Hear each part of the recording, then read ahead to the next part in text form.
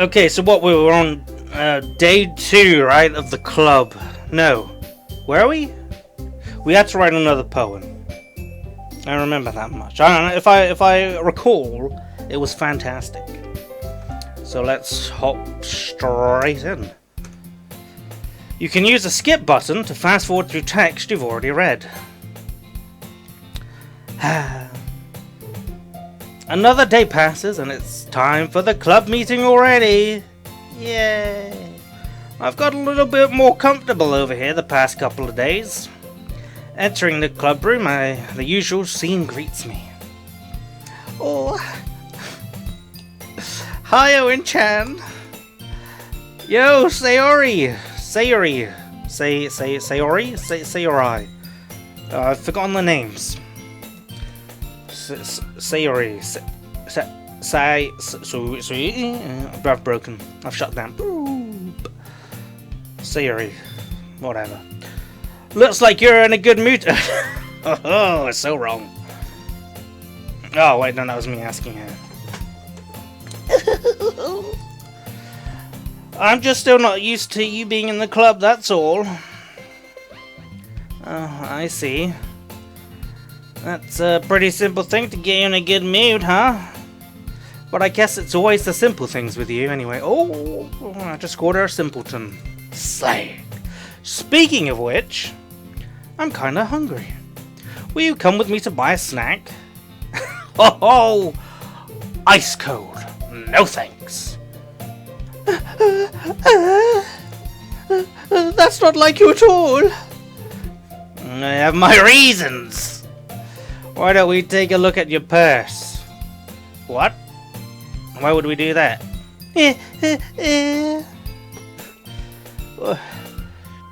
Why that all of a sudden?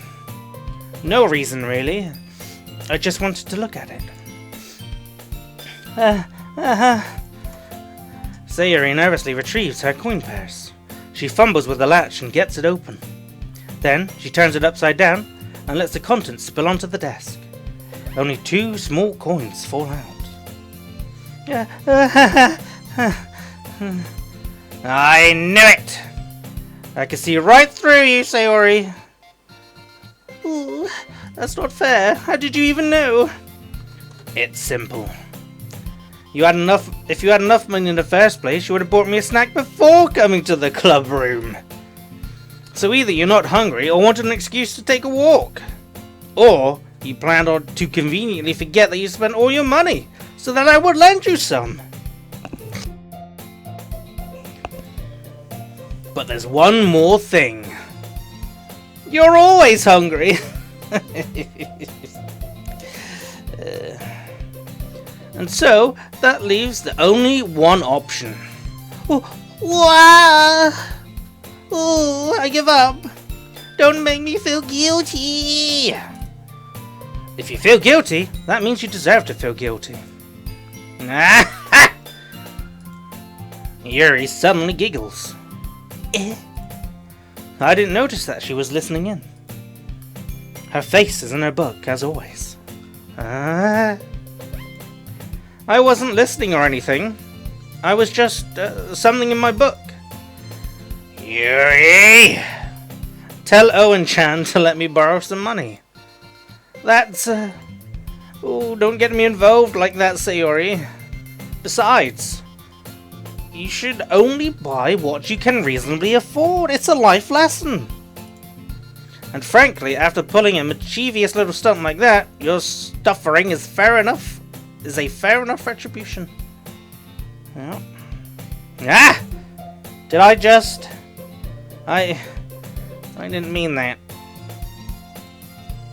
I got too absorbed into my book. She hasn't even got it back. Ooh.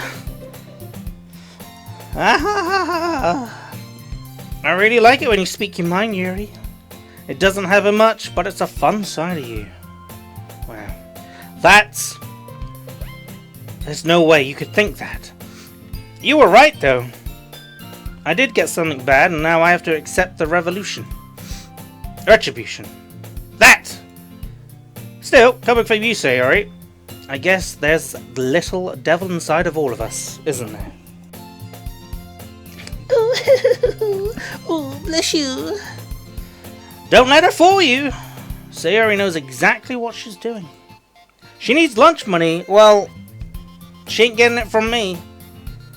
After all, she told you guys that she was bringing me to the club before she even told me.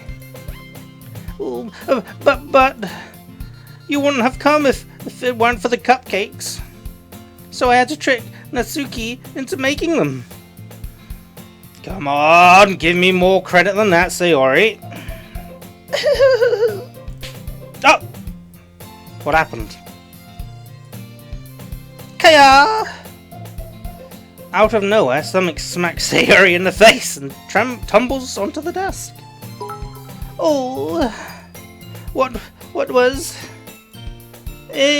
What's up, Hyperzak? Hey, my friend. A cookie. Sure enough, it's a giant cookie wrapped in plastic. Sayori glances around. Is this a miracle? Is it because I paid my restitution? Retribution? Actually, that one almost worked.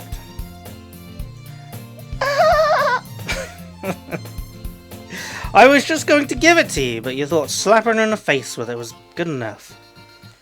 But then I heard you blab about the cupcakes. It was totally worth seeing your reaction though. Oh, Natsuki, you little scamp. That's so nice of you. I'm so happy. Ooh. Sayori hugs the cookie. And before the cookie pulls out some sort of knife and just starts stabbing her, right? Jeez, just eat it. Sayori rapidly tears open the wrapper and takes a big bite. So good. Sayori, sorry, kiss me. I baby too.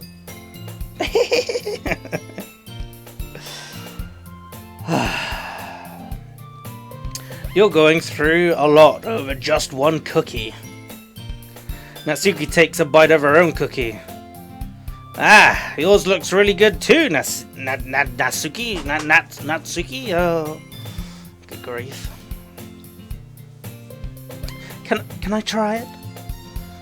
Jeez, beggars can't be choosers.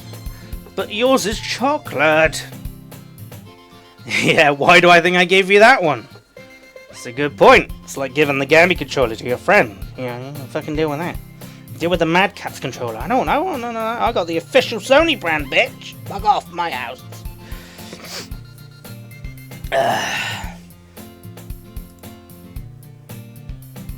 Fine. Still, I'm really happy that you shared this one with me. Sayori gets out of her seat and goes behind Natsuki and then wraps her arms around her. Oh, jeez. I get it. Cookie still in hand. Natsuki reaches up to nudge Sayori off her. Sayori suddenly leans down and takes a bite out of Natsuki's cookie. Oh, hey! Did you just seriously do that? Oh. Mouth full, Sayori trots away to safety. Yuri and I laugh as well. Ha ha ha ha. Geez, you're such a kid sometimes.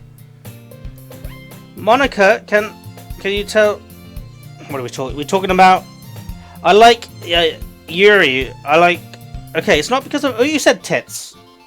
Broly. No, I like the purple. Stands out. Stands out better than pink.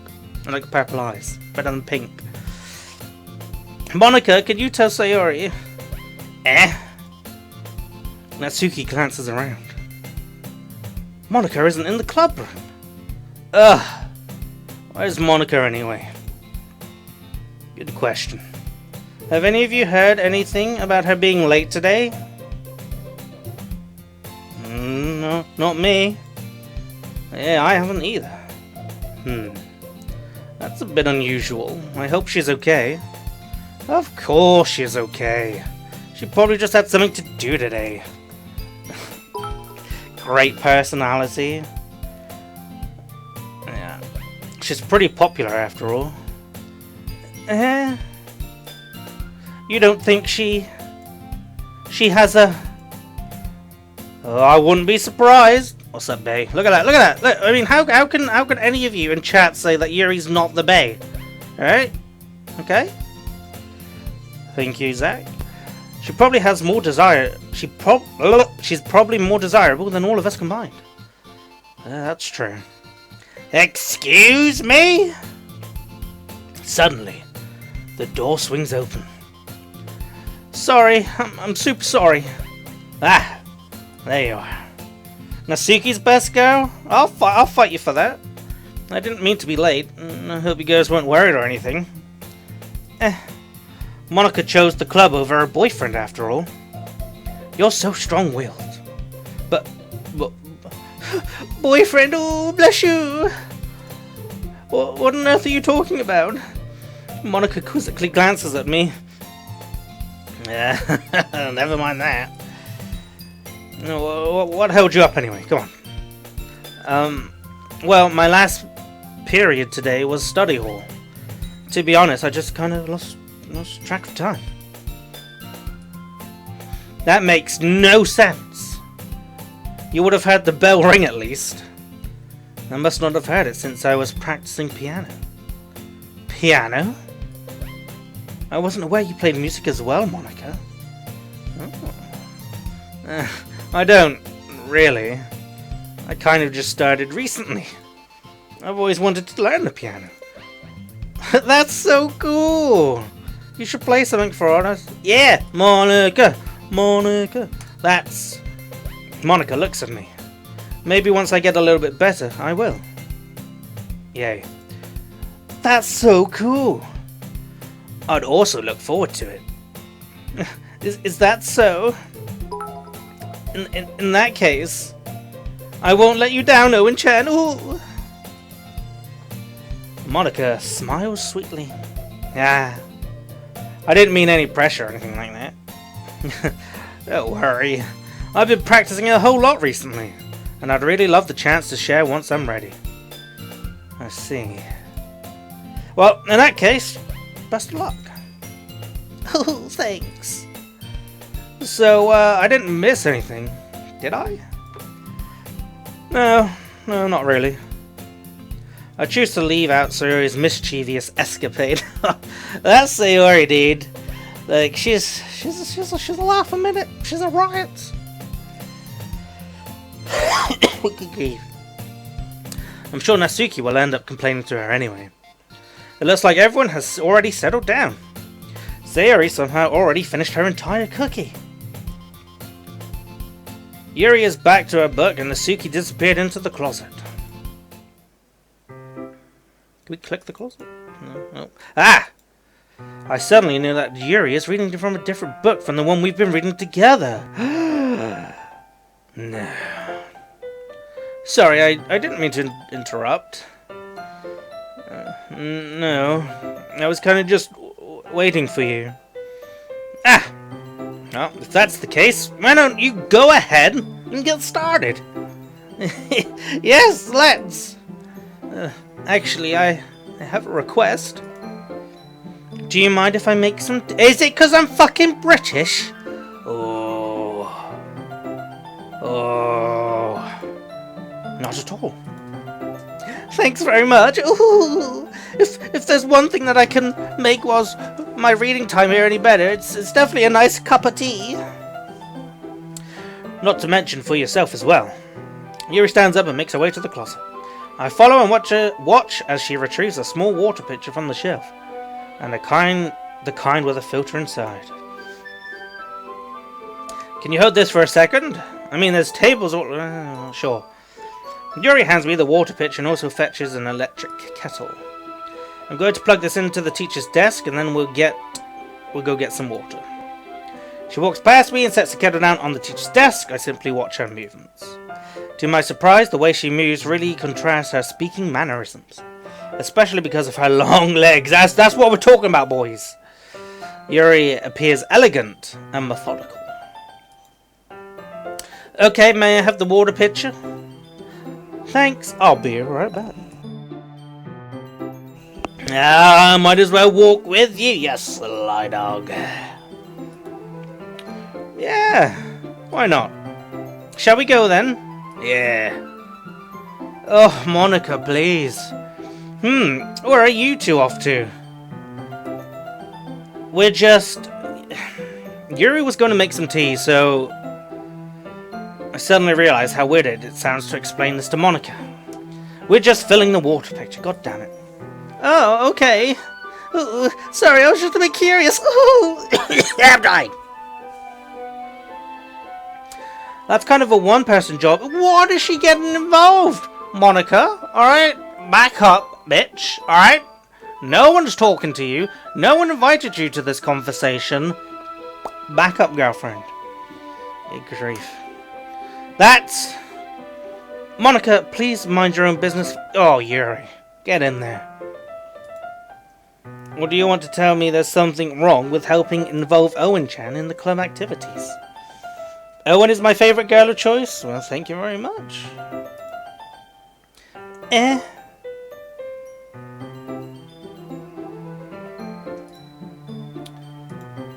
My mouth gapes. I suppose there's nothing wrong with that. Then let's go, Owen-chan. Yuri quickly exits the room and I follow. Let's save.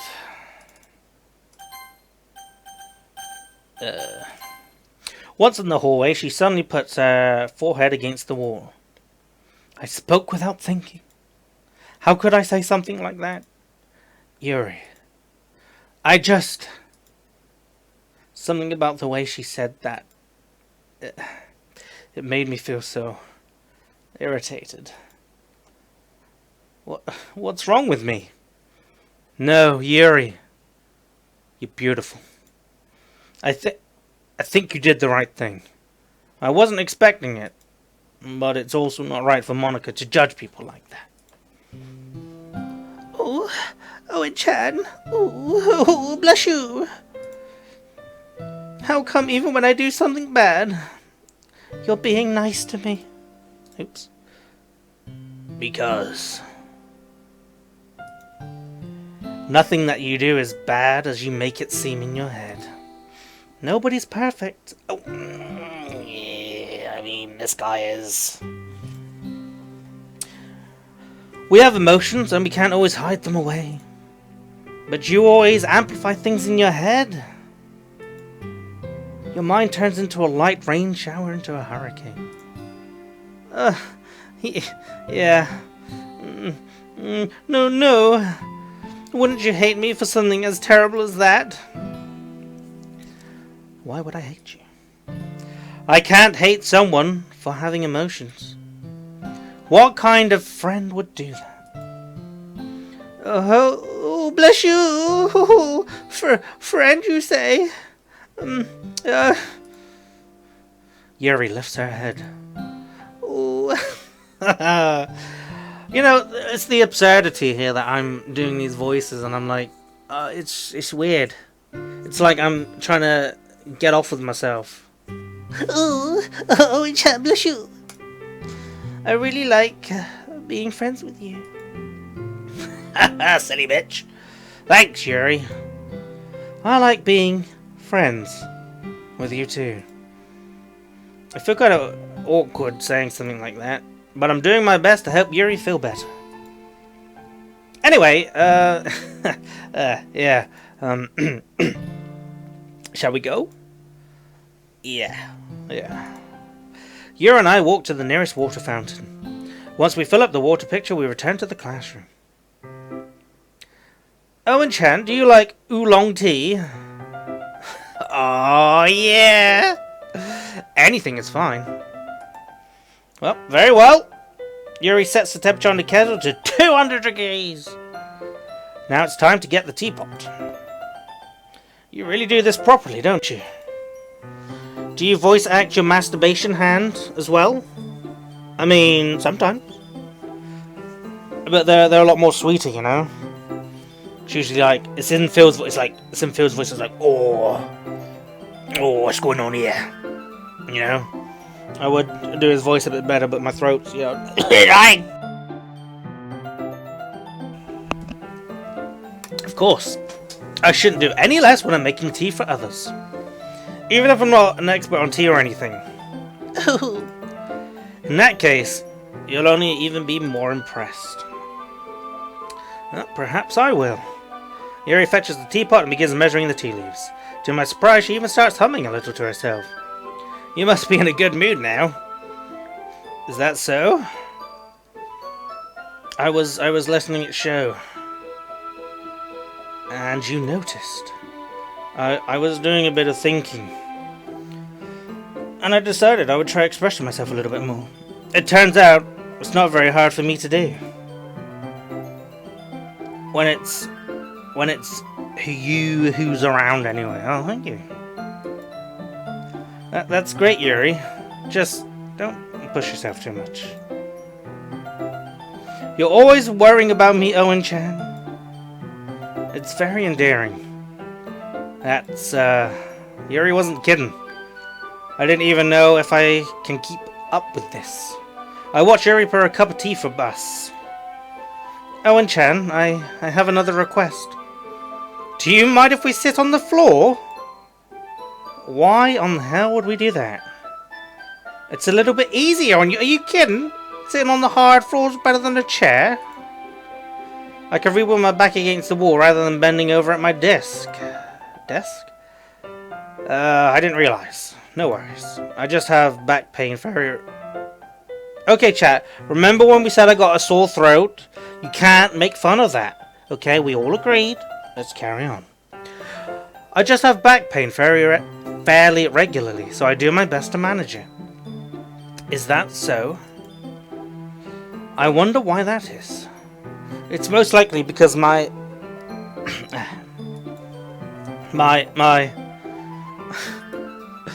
your posture, right? Always hunched over like that whilst reading. Yes. I have terrible reading posture. So that's why we should sit on the floor. Fair enough. Maybe I should stop deep-throating things? No, that's an art form.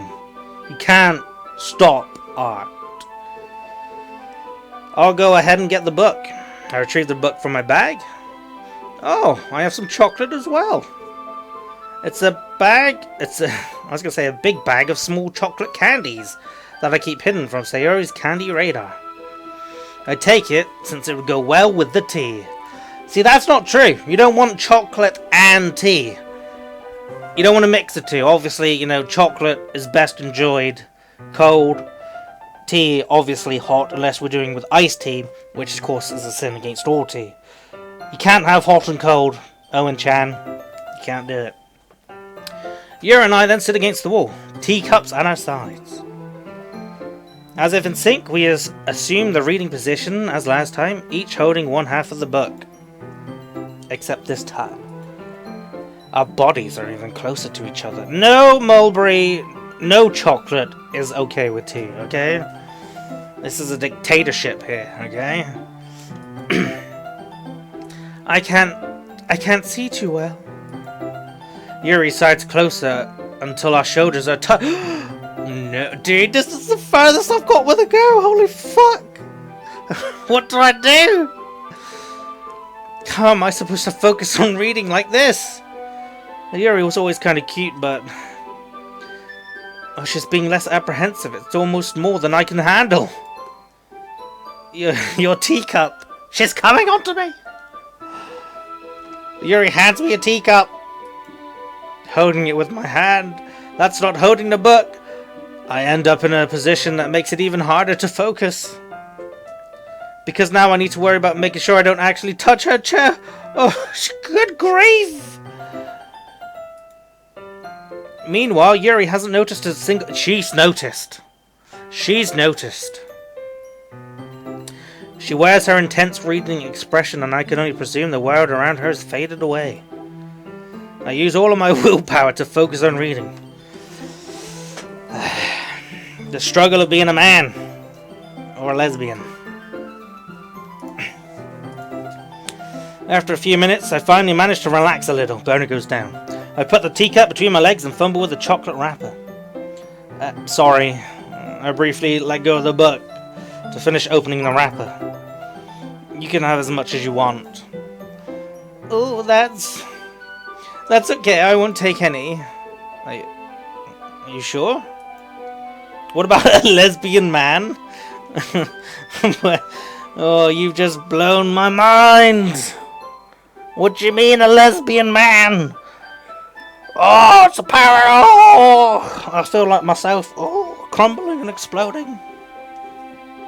Well, if I could touch it, then I might get smudges on the pages. You are so right.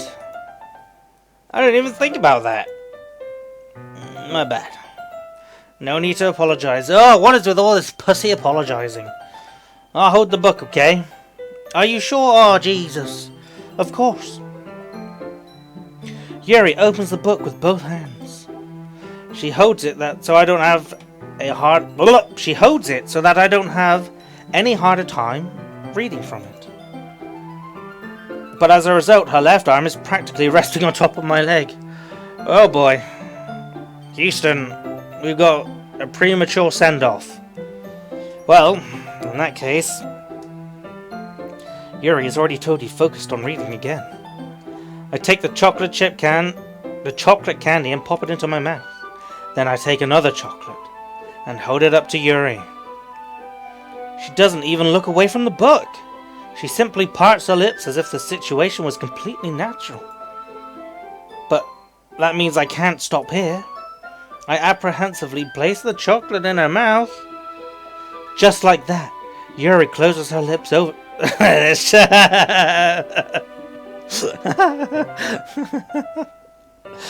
chocolate there. I don't know why that's so. Because it looks ridiculous. That's why. Yuri's expression suddenly breaks. Did I just... Yuri looks at me like she needs to confirm what just happened. Oh, she dropped it. Owen-chan, I'm deathly allergic to milk products. You've killed me. I guess I shouldn't have done that. That's just... Well, ooh, bless you. It's just... You were just helping. That's something friends do. Right?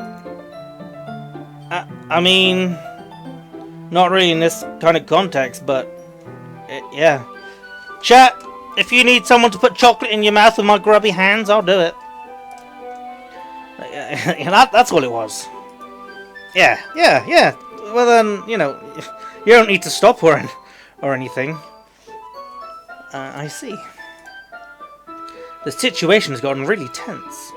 Yuri tries to return to the book. But I could just tell by her expression that even she can't focus now. My heart is pounding. Knees weak, arms are heavy, there's vomit on my sweater already. Mom's spaghetti, I'm nervous. But on the surface I look calm and ready to drop bombs. But he keeps on forgetting what he wrote. That whole crowd goes so loud. He opens his mouth but the words won't come out. He's choking out. Everybody's choking out. The clock's run out. Time's up. Over. Blast back. My heart is pounding. I nervously take another chocolate between my fingers. But this time, Yuri meets mine. Yuri's eyes meet mine. How did it even come to this? Yuri doesn't avert her gaze. I noticed her chest rising and falling to the rhythm of her breaths. I raise my arm. Watch out, Eminem. Owen spits hot fire. Tiny Sausage wants to know how to get a girlfriend? You're learning. You're learning right now. Like before, Yuri parts her lips. But it's different this time. I take the chocolate and place it in her mouth. I feel her hot breath on my fingers. No! Monica, what are you doing? Okay, everyone. Oh! Yuri jolts back. It's time to share poems! Owen-chan, you can help Yuri put away the tea stuff, right? Yeah, of course. Of course. Okay, thanks. The spell is abruptly broken. I'll take care of the cups. Yeah. Yuri picks up the teacups from the floor. I pick up the bag of chocolates. In the end, we hastily clean up without so much as a word between us. I get the feeling this is something neither of us will have the courage to bring up. We'll leave Yuri for last. Alright, Monica, we'll get you out first because we don't like you. Will I ever stream a little game called Dark Souls? I don't know. There's a lot of streaming to be done. Hello again, Owen-chan. How's the writing going? Alright, I guess. Yoink, I'll take that. As long as it's not going bad, I'm happy that you're applying yourself. Maybe soon you'll come up with a man. What are you saying? I haven't already? Good grief. Count on that. Well, you never know. Want to share what you wrote today? Sure. Here you go. I give my poem to Monica. Alright. This one's good. It feels like you're not only getting a bit more comfortable with your style, but the imaginary is better than the last one I read. Just wondering, but have you been finding inspiration in Yuri's writing style? Uh-oh. I mean, I guess so. You can't deny that she's talented. Yeah, totally. I think her poems are the most romantic. That's the best way to describe it. She's like a totally different person when she picks up a pen. I noticed that too. Or when she's talking about literature, it's like the light turns on inside her. Sadly, it's hard to get much of a personal conversation out of her. Well, I was doing great until you came along, Monica. I was stuffing my grubby fingers in her mouth. Trust me, I've tried. Who knows what's going on in that head of hers? I don't mean that in a bad way. Oh, no. No, of course not. I just meant that, well, I wish she didn't keep so much to herself. But still, defending her like that, you must be pretty into her. No, you've completely misunderstood. Aha!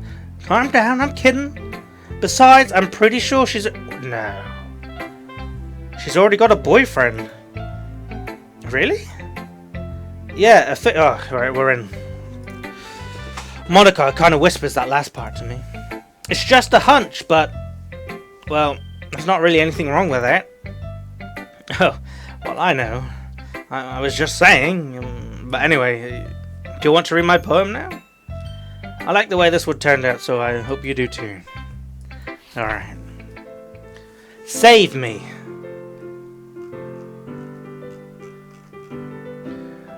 The colours know you. The colours, they won't stop. Bright, beautiful colours know you. Flashing, expanding, piercing. Red, green, blue. An endless canopy of meaningless noise. The noise, it won't stop. Violent. Grating waveforms. Squeaking, screeching, piercing. Sign. The fuck is that? Oops. Something tangent. Like playing a chalkboard on a turntable. Like playing a vinyl on a pizza crust. An endless poem of meaningless. Load me. Wonderful. Thank you. Thank you. Thank you for the poem!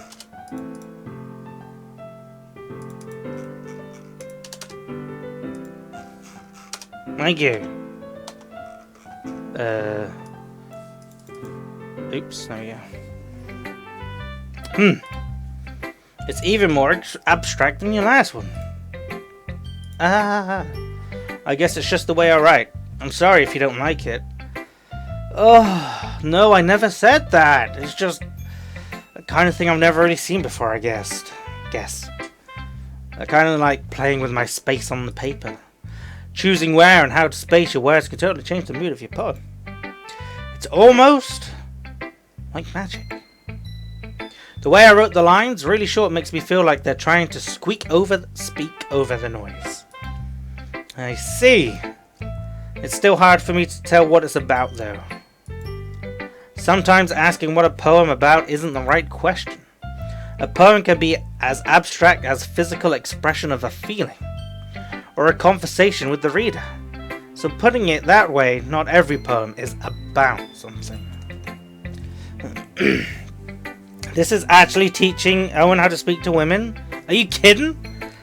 I roll up, I flick my non-existent hair, and say, "Sup baby," jump on my hog, and then we ride off on my mobility scooter. Fuck you. Here's Monica's writing tip of the day. Sometimes you find yourself facing a difficult decision. When that happens, don't forget to save your game. You never know when you might change your mind.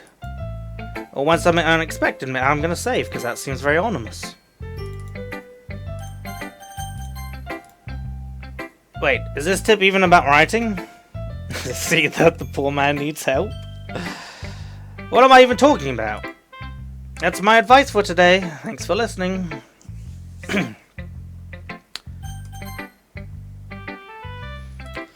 Ooh, I like this one, Owen-chan. It has some nice feeling in it. I'm glad. Does that mean it's better than yesterday's? Let me think. I don't know. I guess I like them both. That's not very helpful, you know. Well, you gotta bring that up, Christopher. Good God. Rip Skyrim. Well, I'm not very good at figuring out poems are good or bad. That's why I just go by my heart. If it makes me feel things, then it must be a good poem. I'm not sure that's exactly how it works, but then again, I guess conveying feelings is a pretty important part of the whole thing. Yeah, maybe. Honestly, I don't even know what kind of writing you like in the first place. Me neither. Why don't you at least try giving it some thought? You want to write something for me? That's so sweet. Yeah. Right. But you're always thinking about other people. You need to think about yourself for once in a while. If you don't, you might end up getting hurt at some point. Well, I don't really know what you mean, but I'll keep that in mind. Whatever. Anyway, let's see. I guess I like happy poems. Ooh. Wait, sometimes I like sad poems too. Sometimes I like a little bit of both. There's a word for that, right? Bisexual. What's the word I'm looking for? Bittersweet. Close enough. Yeah. I like things that are happy and things that are sad. Happy and sad? I can't see you liking something sad, Sayori. Well, I like happy the most. But sometimes when you have a little rain cloud in your head, a sad poem can really give the rain cloud a little hug. And make a nice happy rainbow. It's a happy little rainbow. Sayori, that's unexpectedly poetic. It is? Maybe I'm getting better at expressing my feelings after all. Thanks, Owen-chan. I should go write that down then. You can read my poem now, okay? Oh, good God. Bottles. I pop off my scalp like the lid of a cookie jar. It's the secret place where I keep all my dreams. Little balls of sunshine all rubbing together like bundles of kittens. Having 2 balls, I can assure you that having balls rubbing together is not like a bundle of kittens. I reach inside with my thumb and forefinger and pluck one out. It's warm and tingly. Yes, it is. But there's no time to waste. I put it in a bottle to keep it safe. That's not where they belong. And I put the bottle on the shelf with all the other bottles. Happy thoughts, happy thoughts, happy thoughts, and bottles all in a row. My collection makes me lots of friends. Each bottle a starlight to make amends. Sometimes my friends feel a certain way. Down comes the bottle to save the day. Night after night, more dreams. Friend after friend, more bottles. Deeper and deeper my fingers go, like exploring a dark cave, discovering the secrets hiding in the nooks and crannies. Digging and digging, scraping and scraping. I blow dust off my bottle caps. It doesn't feel like time's elapsed. My empty shelf could use some more. My friends look through my locked front door. Finally all done, I open up and in come my friends. In they come in such a hurry. Do they want my bottles that much? I frantically pull them from the shelf, one after another. Holding them out. You don't hold your friends down, that's not being a friend. Holding them out to each and every friend, each and every bottle. But every time I let one go, it shatters against the tile between my feet. Happy thoughts, happy thoughts, happy thoughts in shards, all over the floor. They were supposed to be for my friends who aren't smiling.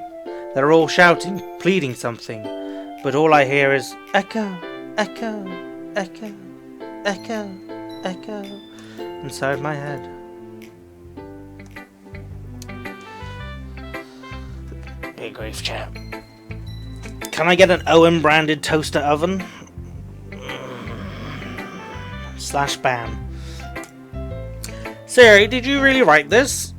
Of course I did. Didn't I tell you yesterday I was going to write the best poem ever? Yeah, but, I mean, I didn't expect something like this coming from you. Monica taught me a whole lot.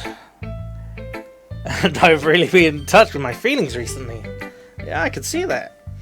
It's almost kind of creepy. Why did I say creepy? Well, not exactly. Maybe because I'm so used to you being cheerful. Never mind. I'm thinking too hard about it. The point is, it came out good. So you should be proud of it. Oh, bless you, thank you.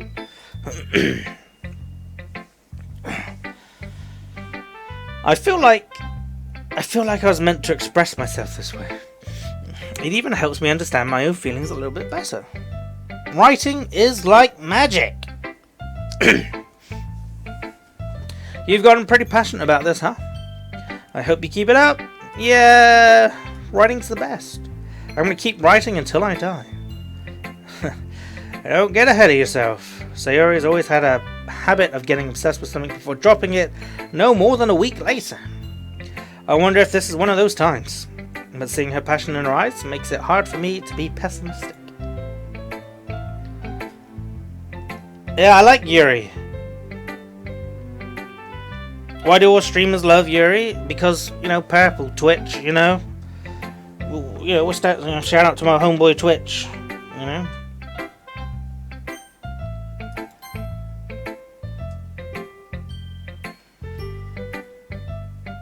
Natsuki looks like a child. That's why you don't see people going for her. She looks 13. I liked your last one better. Oh, good grief. Well, yeah, I could tell you were a little more daring with this one. But you're not really good enough for that yet. It fell flat. Well, may be true, but I just wanted to try something different. I'm still figuring this all out. I mean, I always like poems that aren't trying too hard. I hate when people try to sound fancy or add some more meaning just by using annoying or complicated language. Just make it simple, cute, and to the point. Yuri's head over heels for all this cryptic nonsense, but I see right through this bullshit. Making your reader look so hard for all this deep meaning is just an excuse to have no meaning at all. I guess that's one way to look at it. Well, everyone has their own onion, but my opinion is the best opinion. I'm sure you figured that out already. Fucking... Oh god, I tried to pass off the onion. Hoping... For God's sake. Anyway, here's my poem. Maybe you'll learn something. Amy likes spiders. You know what I heard about Amy? Amy likes spiders. Icky, wriggly, hairy, ugly spiders. That's why I'm not friends with her. Amy has a cute singing voice. I heard her singing my favourite song. Every time she sang the chorus, my heart would pound to the rhythm of the words. But she likes spiders, and that's why I'm not friends with her. One time I hurt my leg really bad. Amy helped me up and took me to the nurse. I tried not to let her touch me. She likes spiders, so her hands are probably gross. That's why I'm not friends with her. Amy has lots of friends. I always see her talking to people. She probably talks about spiders. One of her friends start to like spiders too. That's why I'm not friends with her. It doesn't matter if she has other hobbies. It doesn't matter if she keeps it private. It doesn't matter if it doesn't hurt anyone. It's gross. She's gross. The world is better off without spider lovers. And I'm going to tell everyone. What about Spider Bro? Owen doesn't sound like a little girl. They don't voice crack every 2 minutes.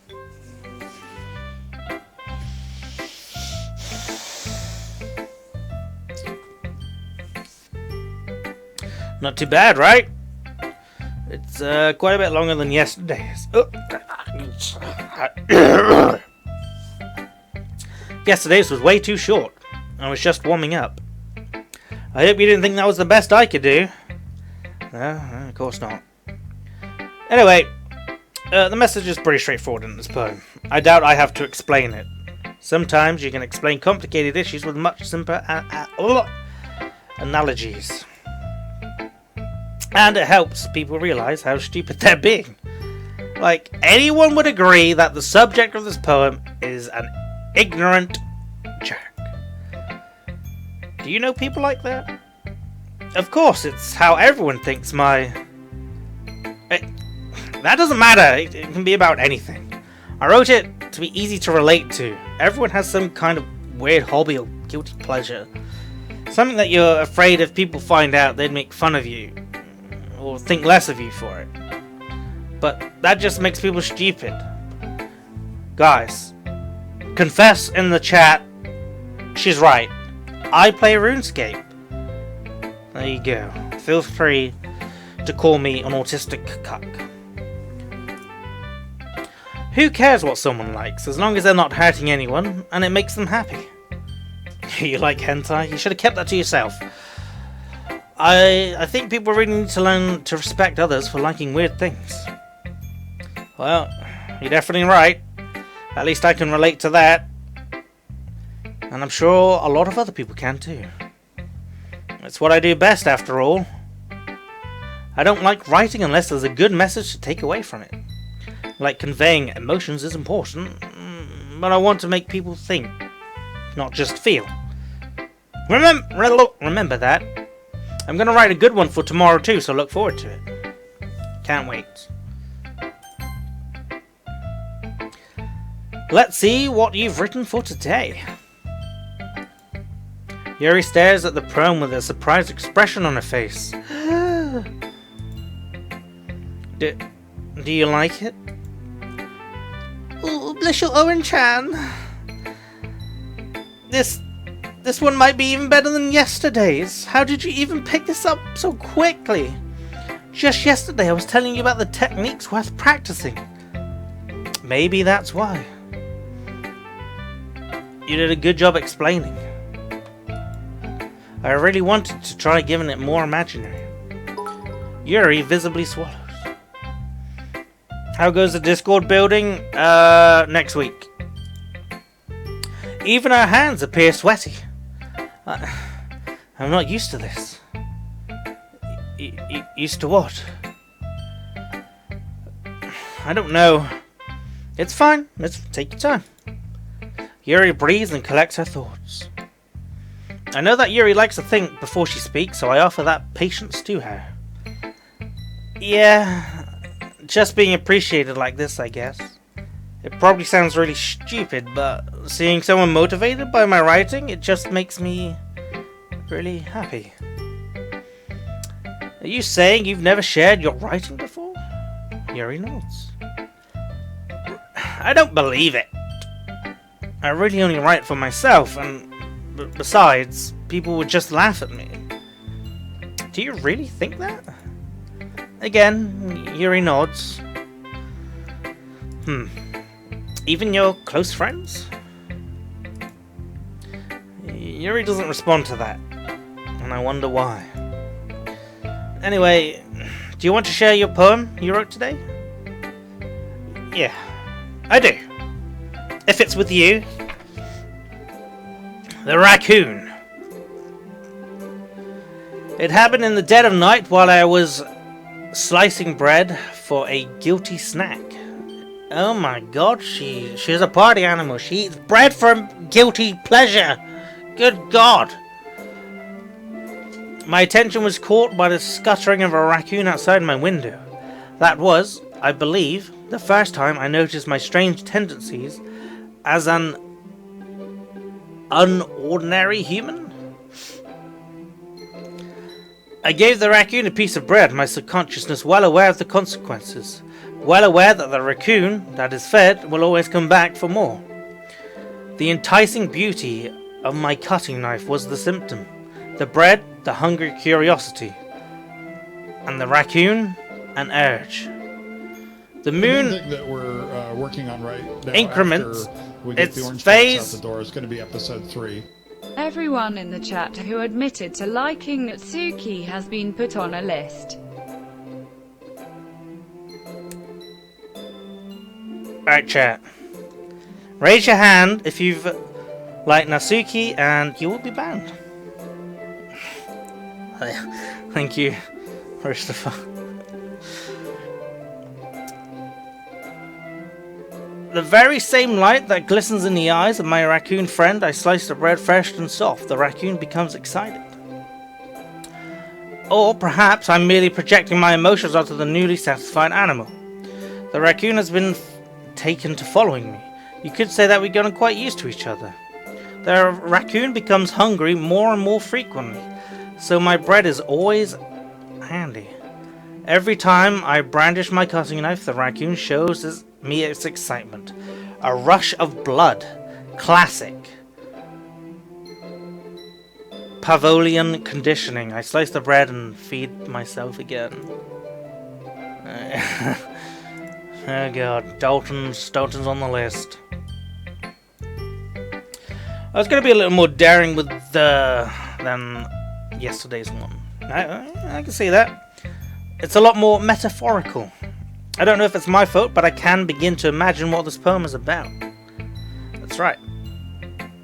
It's a bit closer to my preferred writing style, using the poem as a canvas to express vivid imaginary, and conveying emotions through them. Yeah, I mean, if I take that at face value, then I can't even figure out what it's supposed to mean. Well, I think it's something different that people can relate to in their own way. I want to express the way it feels for me to indulge my more unusual hobbies. It's those sort of things I'm usually forced to keep to myself. So sometimes I enjoy writing about them. That's funny. Didn't Natsuki also write something about that? Something about being ridiculed for a strange interest? She did? Yeah, she was talking about how it doesn't matter what you're into, as long as you're not hurting anyone. She's right! I mean, does she really feel that way? Yeah. Sounds like you two have that in common. That's interesting. To me, she seemed like the kind of person who would make fun of my hobbies. But I suppose that's my fault for judging, isn't it? Please don't tell her I said that. Don't worry, I have no reason to. Whew. Well, thank you for sharing it with me. After all, if I hadn't learned to embrace my own weirdness, I would probably hate myself.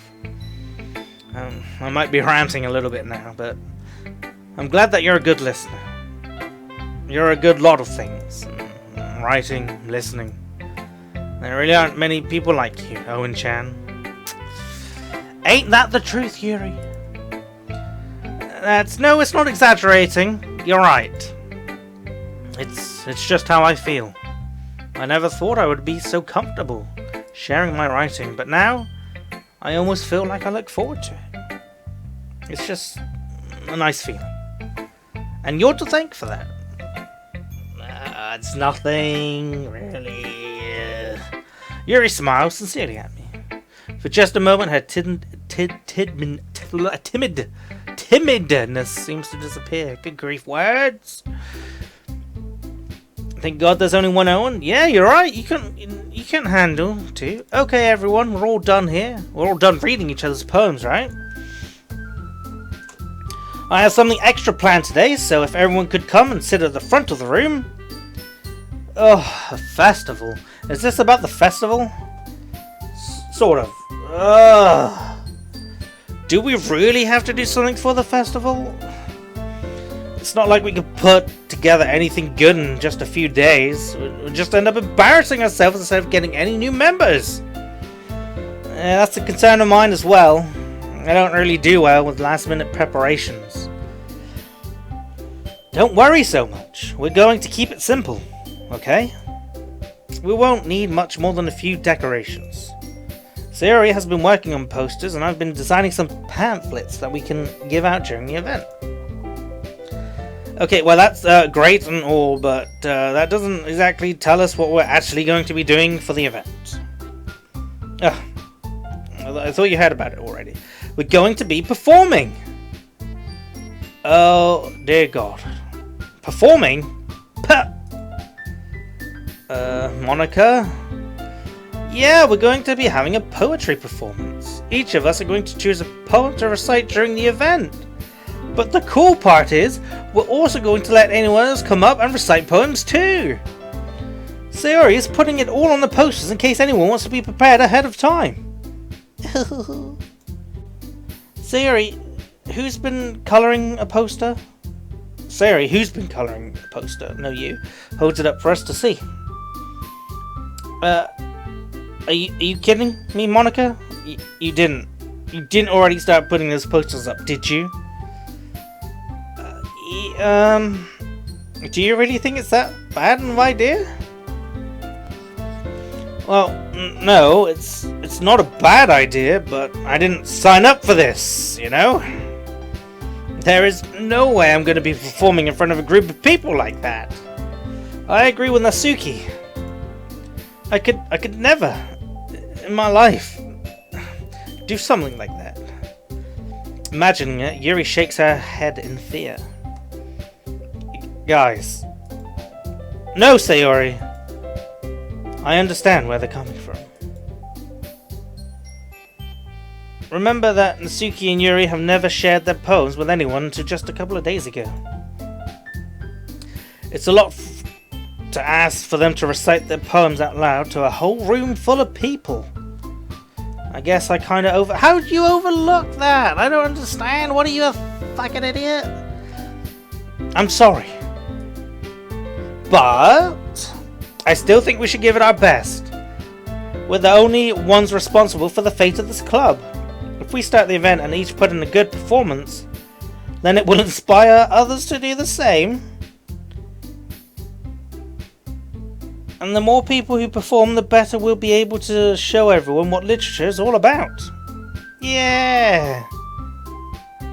It's about expressing your feelings, being intimate with yourself, finding new horizons, and having fun. That's right! It's all those reasons that we're all in this club today. Don't you want to share it with others? I came for cupcakes, if we remember correctly.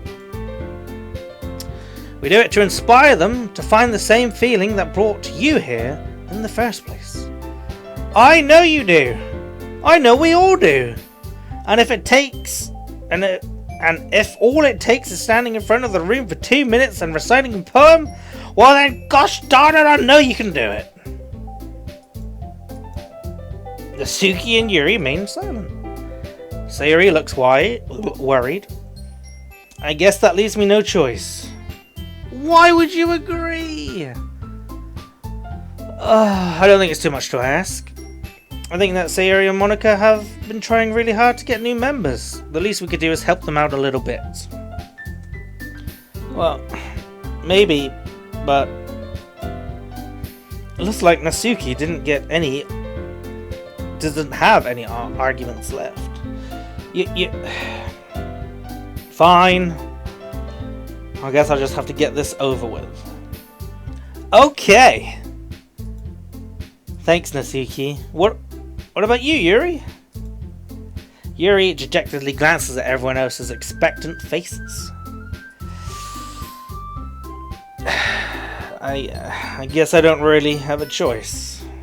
That's everyone. You need a lolly voice? Is my voice not soft and inspiring enough for you? You're the best. This club is seriously going to be the death for me. You'll be fine. But anyway, let's move on to the main event. I want each of you to choose a poem of yours. We're going to be practicing reciting them in front of each other. No way. Monica, this is too sudden. Well, if you can't recite your poem in front of the club, how can you expect to do it in front of strangers? Oh no. Don't worry, I'll start off to help everyone and feel a little bit more comfortable. Can I go next? My voice is too high, you're joking. Oops, now let's see. Monica flips through her notebook to the specific poem she has in mind for herself. She then stands behind the podium. The title of this poem is The Way They Fly. Monica begins reciting her poem. Her clear, confident voice fills the room. More than that, her inflection is pristine. She knows exactly how to apply emotion behind each line she says, bringing the words to life. It's as if something she's done before, or is she simply a natural? I glance around me. Everyone has their eyes on Monica. Sayori looks amazed. Yuri has an intense expression on her face that I don't quite understand. And finally, Monica finishes the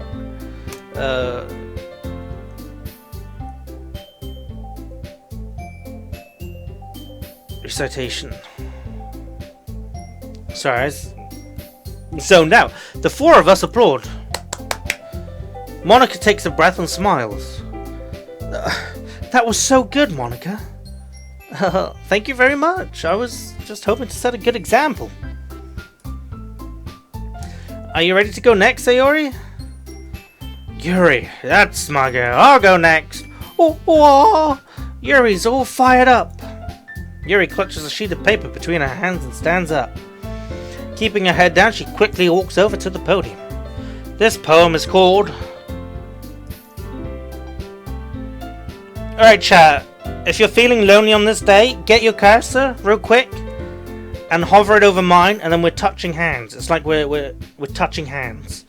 I'll leave it there for a few seconds. Let's touch hands. Oh, that's nice. I like that. Thank you very much. It's good. It's good to be connected. Yuri anxiously glances at each of us. You could do it, Yuri. It's called After Image of a Crimson Eye. Yuri's voice shakes at the start of the reading of the poem. Just a moment ago, she practically refused to do this. Why is she suddenly putting in so much effort? As Yuri gets past the first couple of lines, her voice changes. It's almost like what happens when Yuri gets absorbed into her books. Her quivering words transform into sharp syllables of a fierce and confident woman. The poem is full of twists and turns in its structure that she enunciates with perfect timing. Oops, this must be a rare glimpse into a whirling fire Yuri keeps concealed inside her head. Suddenly, she's finished. Everyone is stunned. If I put it on Yuri's chest, I could feel even less lonely. Oh, you sad, strange little man. Yuri snaps back into reality and glances around her as if she is bewildered, even herself. It's up to me to save the situation. I'm the first to start applauding. Everyone joins me afterward and we give Yuri the recognition she deserves. It's not that we didn't want to applaud for her, but we were just caught so off guard that we must have forgotten.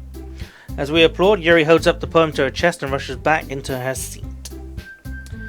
Yuri, that was really good. Thank you for sharing. Looks like Yuri is down for the count.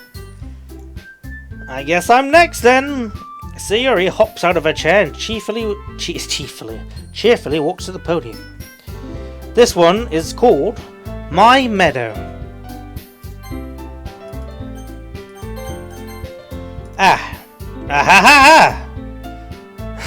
Sorry, I giggled. Bless you. Sayori, for Christ's sakes. It's a lot harder than I thought. Well, how did you guys do it so easily? Just try not to think of it like you're reciting it to other people. Imagine you're reciting it to yourself in front of a mirror or in your own head. It's your poem, so it'll come out the best way. Let's see. Okay. Sayori begins her poem. Somehow it feels like her soft voice was made as a perfect match. The poem isn't aimlessly cheery like Sayori's is. It's sincere and bisexual. If I were to read this on paper, I probably wouldn't think much of it. But hearing it come out of Sayori's voice almost gives it a whole new meaning. Maybe this is what Sayori meant when she says that she likes my poems. Like, I get to reach more deeply into someone I thought I knew through and through. Sayori finishes up and we applaud. PogChamp! Good job, Sayori. Even Owen-chan liked it. Guess that's a good sign. What does that even mean? It came out nicely. The atmosphere of the poem really fits you nicely. But it might be that other poems wouldn't work quite as well with that kind of delivery. I don't really understand. In other words, I've seen poems of yours where that sort of gentle delivery wouldn't work as well.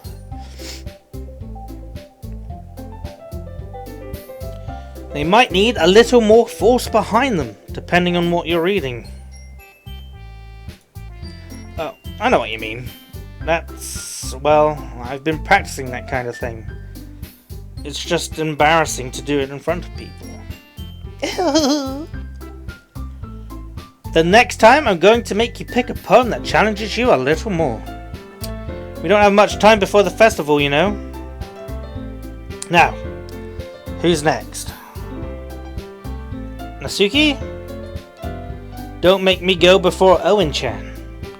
It's not like I compare to you, it's certainly not me. I mean, come on now.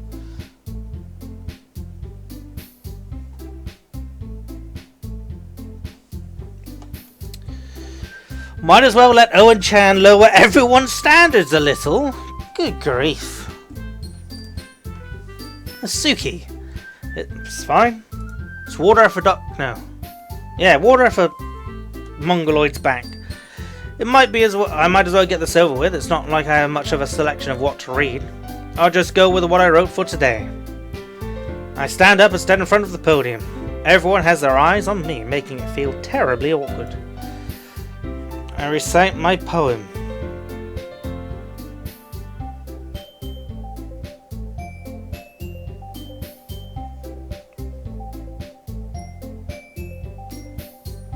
Since I'm not exactly confident in my own writing, it's hard to put energy in it. Despite that, once I finish, I receive applause. Chat, clapper / please. I've got applause. Sorry, I'm not really good as everyone else. Don't worry about it so much. I think it's less about your abilities and more about your lack of confidence in your writing. That's something that will improve over time, though. Maybe. Alright then. That just leaves you, Nasuki.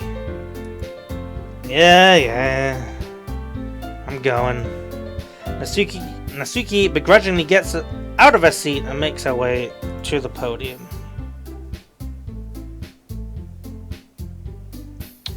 The poem is called... Thank you for the clappers chat. It's called... Why are you all looking? Look at those terrible zombie emotes. If only you could get a good zombie emote, such as My, why are all you looking at me like that? Is it because you're presenting? Anyway, the poem is called Jump. Natsuki takes a breath. Once she starts reciting the poem, her sour attitude disappears a little. While she's still a little unenthused, her poem has rhythm and rhyme to it. Sellout. It's Natsuki's trademark style and it works surprisingly well when spoken aloud. The words feel like they bounce up and down as if giving life to the poem. The words feel like they bounce up and... I already said that. What are you on about? Broly, there's clappers in the chat. What are you talking about, idiot? Natsuki finishes and everyone applauds. She huffs back to her seat. That wasn't so bad, was it? Easy for you to say. You better not make me do that again. Well... Do you at least feel prepared enough to recite a poem in front of other people? Oh dear, she's not. I mean, doing it in front of other people will be way easier. I can put on whatever face I want for other people. That's a good point. But when it's just my friends, it's just embarrassing. That's a surprise, Natsuki. I think it would be the other way around for me. Well, that's just how it is, so... I guess in that case, you won't have much to worry about for the festival. That said, I want to thank everyone for coming through. It might be hard, but I hope that you all have an idea of what's it like now. Make sure you pick a poem and get enough practice before the festival, okay? I'll be making pamphlets, so let me know ahead of time what you will be reciting. I should probably find some other poem to recite instead. Well, that's fine too. It doesn't have to be your own. I'm already pleasantly surprised that you're putting in all this effort for the club. It makes me really happy. No problem. Okay, everyone. I think that's about it for today. Get your bags, get your shit, and fuck off. Now, I know the festival is coming up, but let's try and write poems for tomorrow as well. It's been working out really nicely so far, so I'd like to continue that. As for the festival, we'll finish planning tomorrow, and then we'll have the weekend to prepare. Monday is the big day. I can't wait. I can do this. I can do this. Alright. Now stand up. There's no way I'll be able to find the same enthusiasm as Sayori and Monica, but I'll do my best to get through it. It's for the sake of the club. And impressing Monica. We don't care about Monica. Then I'll have to do my best. Ready to go, Sayori? Yep. Look at you two, always going home together like that. It's kind of adorable, isn't it? Bless you. Jeez, guys. Don't make such a big deal out of it. It must be a little nice, though. Well... how am I supposed to respond to that? It's okay, Owen-chan. You don't have to say it. Whatever, let's just go. Whatever. I walk home with Sayori once more. Even though it's only been a few days, a lot of things have already changed. But today, Sayori is being a little quieter than usual on the way home. Hey! Sayori! Sorry, I was spacing out. No wonder! It's just thinking about something from earlier. I like how we get to... Sayori fumbles with her words. So, let's just say one day Yuri asked to walk home with you. What would you do? What kind of question is that? You're kind of putting me on the spot here. I would walk home with Yuri. Why does the thought of that make my heart like an old romantic? Given how hard it is for her to socialize, I would feel awful turning her down. So...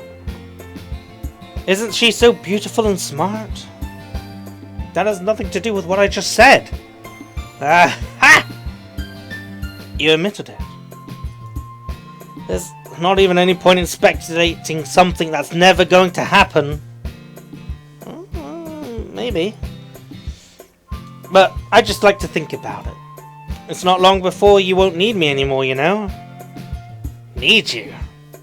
Sorry. I can't figure out how you're seeing things in your own head right now. Everyone is different. Nobody in the club is a replacement for you. Yuri is, though. Well, if you say so, the conversation trails off and I'm left feeling awkward. But it was kind of her fault for trapping me in such a weird question. I can't just lie to her, but if there's something that makes her happy, I would hate to take that away from her. That's why I said there's no point in speculating. And then again, the festival is only a few days away. Who knows what will happen in that time? Oh god. Bollocks.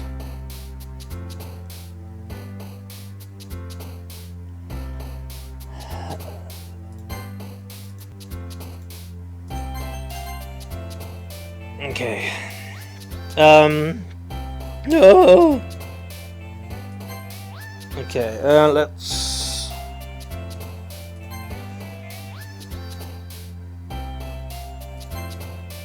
We're trying to get as much Yuri as possible.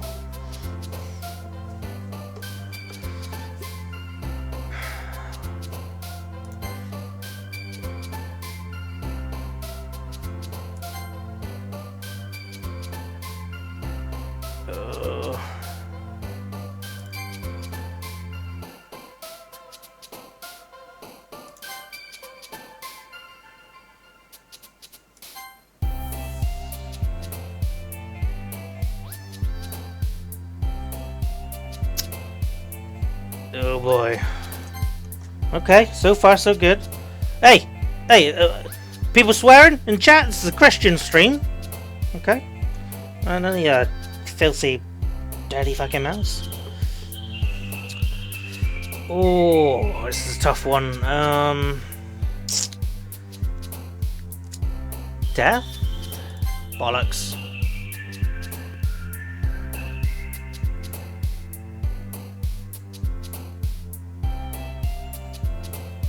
Bollocks.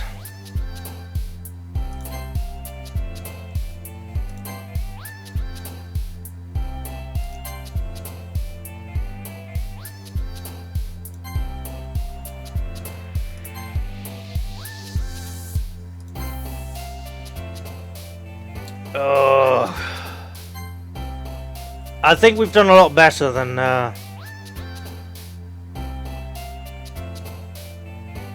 last poem. Very nice. We only... Okay, chat. Remember, I have a sore throat. We all agree not to make fun of my voice cracks. Let's put that up there. Alright? It hurts to swallow. I'm doing this stream out of love. Okay? So don't spit in my face. Oh man, I'm the last one here again. Don't worry, I just walked in too. Were you practicing piano again? Thank you, Prickly. One person is finally, giving me well wishes. We're only an hour and a half into the street, and one person's finally done it. Oh, Prickly. You must have a lot of determination. Starting this club and now picking up piano. Well, maybe not determination, but I guess passion. Remember that club? Wouldn't be here if it wasn't for you after all. Fuck off, Brawley. And I'm super happy that you're all willing to help out for the festival too. No, I can't wait for the festival. It's gonna be great. Yeah? Weren't you complaining about it just yesterday, Natsuki?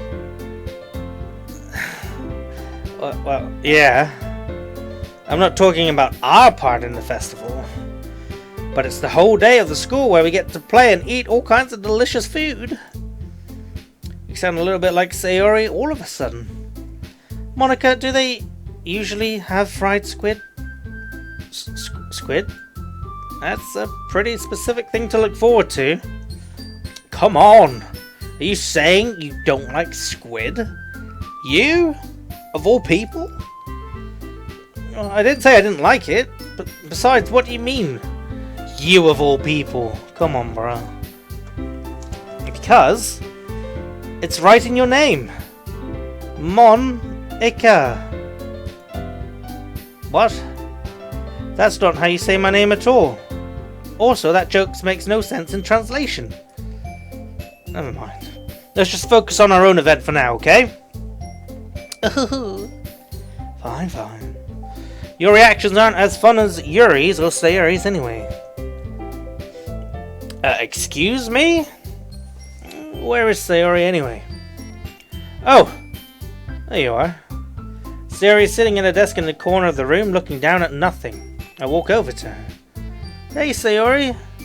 I wave my hand in front of her face. Oh, wake up, bitch. You're spacing out again. Sorry. Don't mind me, you know. You can go talk to everyone else. Alright. Is everything alright? Of course. You know, why wouldn't it be? It just feels like you're a little off. Sorry for assuming things. Jeez, you worry too much about me. I'm fine, see? Sayori shows a big smile. Don't let me distract you from having fun with everyone. Alright, if you say so. I worriedly glance at Sayori before turning back towards everyone else, but the conversation has already dispersed with everyone back at their usual activities. Maybe I should ask Monica if she's noticed anything about Sayori recently. Since they've been preparing for the festival, they must be spending a lot of time together. I timidly approach Monica, who is shuffling through some papers at her desk. Ooh, Owen-chan, what's up? Yeah, this might sound a little strange, but have you noticed anything up with Sayori recently? Anything up with her? What do you mean? Well, maybe I'm reading a little bit into this too much, but she seemed a bit downcast today. Oh, you think so? I can't say I've noticed anything about her. Monica peers across the room at Sayori, who is idly dragging a rubber eraser up and down her desk.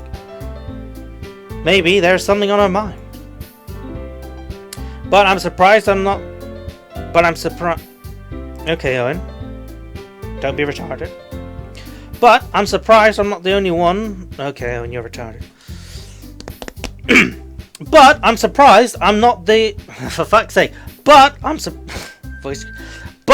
surprised I'm not the one asking... for Christ's sakes. Whatever. You certainly know her a lot better than I do. Yeah, but she's never been really like this. She's always talked to me about things that bothered her. But this time, when I asked her, she was really dismissive. Sorry, I know it's not your problem. I just wanted to ask if you knew anything, so I'll drop it for now. No. It's important to me. I mean, I'm also friends with her. I also care about the well-being of my club members, you know? Maybe I'll try, talking to her myself. Are you sure about that? Well, she seemed like she wanted to be left alone. Are you sure? Maybe she's just had a hard time bringing up, with the person of interest. Person of interest? What do you mean by that? I'm saying that... Oh, maybe the thing on her mind is you, Owen-chan. Me? I'm not surprised. I'm a good-looking bloke. Blanky, attest to everyone that I'm a fantastic-looking bloke, okay? Go on, take her word for it. Get ready, chat. Believe what she says. Me? How on earth would you come up to that conclusion? Well, I probably shouldn't say too much, but Sayori talks about you more than anything else, she's been much happier ever since you've joined the club. It's like an extra light has been turned on inside her. What? No way. Sayori is always like that. She's always been full of sunshine. It's not any different now that, you know, it's always been that way. Blanky pleads the fifth. Alright. Stunned. Because you can't talk about my beauty without breaking your keyboard. Okay? You know, the keyboard can't handle it. Oh, you're so funny, Owen-chan. Have you thought that maybe you've always seen her as so cheerful? Because that's just how she is when she's around you? Well, I said too much. I'm sorry. What do I know anyway? I don't mean to jump to conclusions. So you should just forget what I said. I tried to talk to her, so try not to think about it for now. Okay. Monica smiles meaningfully. I know she said to forget it, but I already know that I won't be able to get her words out of my head. Monica stands up from her desk and walks across the room to where Sayori is sitting. I'm sure this is new for Owen. Girls all over him. You're joking. It's an everyday occurrence. I watch her kneel down to Sayori and gently talk to her. But she's keeping her voice so quiet that I can't hear from this far. I sigh and sit myself down. I know Sayori told me not to worry about her and to have fun with everyone else, but that's kind of impossible to do when she's behaving like this. Exactly how much do I care about her? That I'm letting this weigh me down so much. Now it feels like I'm the one behaving out of the ordinary. But there's nothing I can do besides wait for Monica. Why does it feel like I'm being watched? I glance around the room. Suddenly, I notice Yuri peering at me from over her book. But she looks away just as quickly with a flustered look on her face. I realize that she won't get anywhere like this. I've never really seen Yuri approach anyone or start a conversation on her own accord. So, I have no choice but to approach her myself. I'm going in. By now, it's a little easier for me to do that. I stand up from my desk and sit in one next to her own. Uh-oh. Music change. I didn't mean to bother you or anything. Oops. What? Relax. You didn't even do anything. I could tell that you wanted to be alone with your thoughts. Alone with my thoughts? How were you even able to tell that I was thinking like that? Well, it's something that I do a lot, you know. So it wasn't hard for me to spot based on your posture and expression. You know, not that I was staring or anything. I didn't do anything creepy like that. Well, in any case, I guess you were right. I'm sorry if I caused you any concern. Don't apologize. Your troubles are the only concern of those who willingly share in that concern. Of course, there are certainly those who find most comfort in keeping to themselves. But if you'd prefer to share what's on your mind, then I would be glad to listen. It's not really that big of a deal. I was just feeling a bit uneasy about Sayori. Sayori? I like that. It's the first time I see Lit Salad post. First thing he says ever in my chat is anime tits. Yeah, she seemed a little off today, but when I asked about it, she didn't want to admit it to me. So I can't help but wonder if something happened to her. Oh? That's quite romantic. I didn't mean to say something so stupid. It's not just that, I just didn't want you to misunderstand. Sayori and I have been friends for a long time, that's all. Then perhaps it's unusual for her to be dismissive to you about her feelings. Well, maybe I'm just reading a little bit, too much into it. Ooh, Owen-chan. The world is full of meaning, often hidden deep beneath plain sight. And there are so many untold mysteries behind every person, no matter how well you may know them. So you think that there may be something behind this after all? I think Sayori is a very complex person. Her mannerisms on the outside don't always match up to what they may be going on inside her head. And, well, she may not always know what she wants. I noticed her strange behaviour today too. And I also feel, some concern for her. But in your case, it looked like she was fully occupying your thoughts, wasn't she? Well, yeah, I guess that was the case. Sayori, she really means a lot to you, doesn't she? No. But you don't really need to put it that way. We're just good friends, that's all.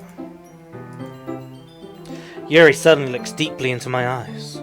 Her expression is gentle and curious, as she was searching for something. Embarrassed, I avert my gaze. No, foul woman. Sometimes, a person's mysteries are untold even to themselves.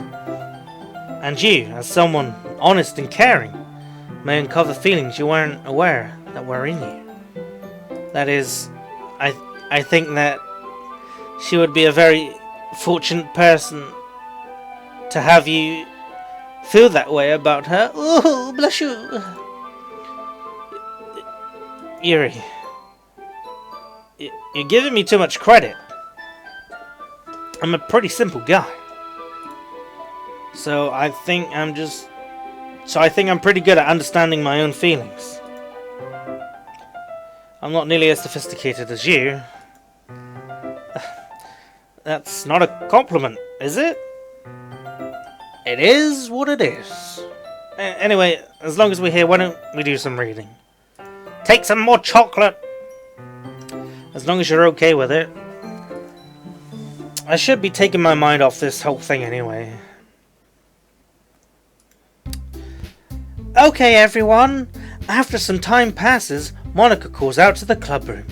Why don't we all share our poems now? Before I know it, everything is back to normal. Everyone goes to retrieve their poems and I do the same. I make eye contact with Monica and she smiles at me. I wonder what she's talking about with Sayori. Who should I show my poem to first? Let's do Sayori, let's get her out of the way, the miserable cow.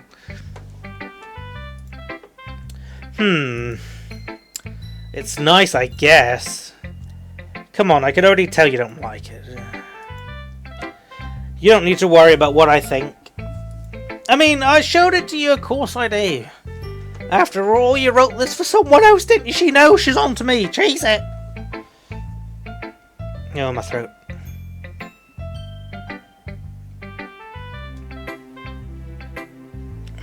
Wally, you're not invited to the Left 4 Dead New Year's stream. I didn't write this for anyone specifically. That's not really what I meant, though, but it's okay. You're making new friends, just like I was hoping. That makes me really happy. And you're happy too, right? In this club? I mean, nah. Good! That's all that matters to me. Thank you, Owen-chan. Sayori, is there something wrong? Nothing. I'm just a little tired today. You know, the reason Broly can't join is because he's shit at the game, and I'm tired of just I feel bad, okay? It's like putting a baby and Usain Bolt in a race. You know, I'm Usain Bolt. I'm already there. I'm done. I'm doing what I need to do. Fucking Broly has turned around, shat himself, and sucking on his thumb. He's not doing anything. Alright, just tell me if you need anything. I will. Don't worry about me, okay? You can always play with everyone. You can go play with everyone else now. If you insist. I'm gonna go home a little bit early today. Ooh, Sayori. Tell Monica I wasn't feeling well, okay? I'll see you tomorrow. Before I could say anything else, Sayori cheerfully walks out of the classroom humming to herself. Let's do Natsuki.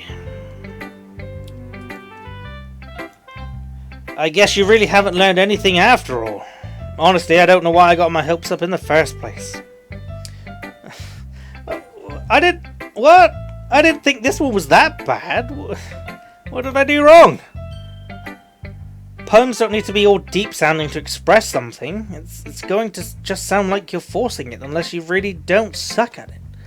Honestly, don't bother trying to write poems like this until you're on Yuri's level. Natsuki stopped short all of a sudden. Don't tell me.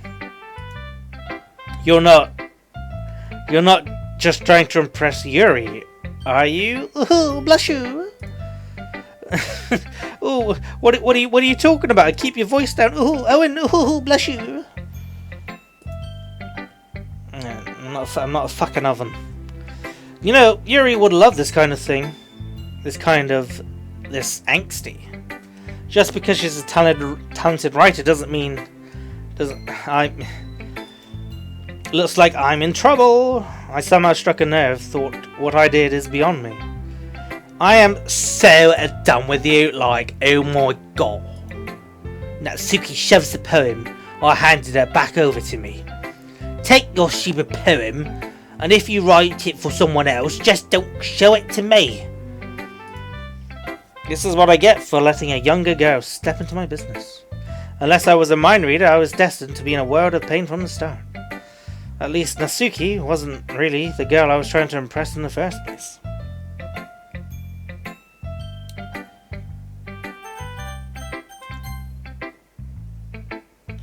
Oh, hello, Owen-chan.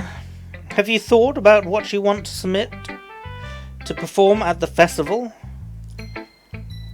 Being in this club is one thing, but performing in front of a bunch of people? I'll have to give it some more thought. Okay, no pressure. But whatever you do, I'm sure it'll turn out great. It would make me so happy to see.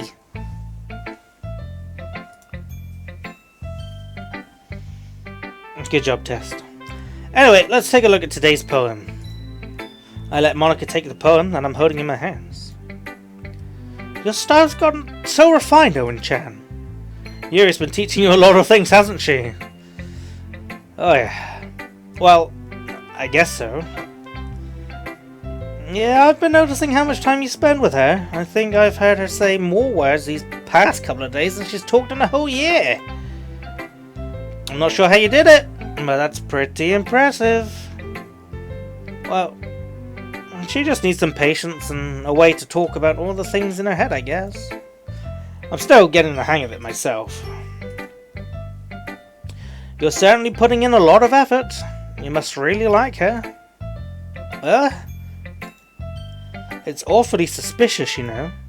Spending time with her in the club room every day. Reading that edgy novel with her. I just feel bad that she's had a hard time socializing.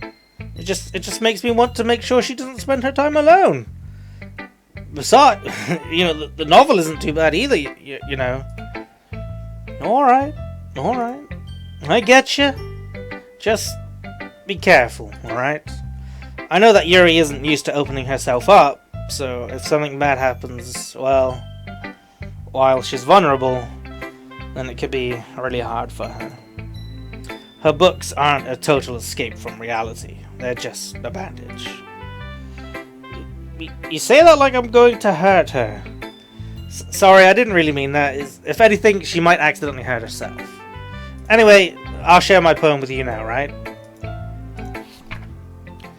The Lady Who Knows Everything.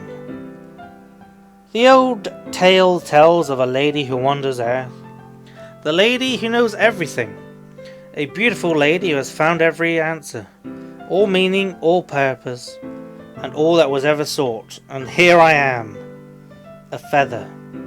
Wait, what? That's two, right? And here I am. Wait, what? No, it's not. Good God. And here I am, a feather. Lost and adrift, the sky, victim of the currents of the wind. Day after day I search with little hope, knowing legends don't exist. Not true. Living legend right here. But when all else has failed me, when all others have turned away, the legend is that all remains, the last dim star glimmering in the twilight sky. Until one day, the wind ceases to blow. I fall. And I fall, and I fall, and fall even more. Gentle as a feather, a dry quill, expressionless. But a hand catches me between the thumb and forefinger, the hand of a beautiful lady. I look at her eye and to find no end to her gaze. The lady who knows everything knows what I am thinking. Before I can speak it, she responds in a hollow voice. I have found... Chat, again, be gentle, sore throat. I'm never gonna get a girl like this. Young man. I have found every answer, all of which amount to nothing. There is no purpose, no meaning. All we seek is the impossible. All we seek only the impossible. I am not your legend does not exist. And with the breath she blows me back a foot and I pick up a gust of wind.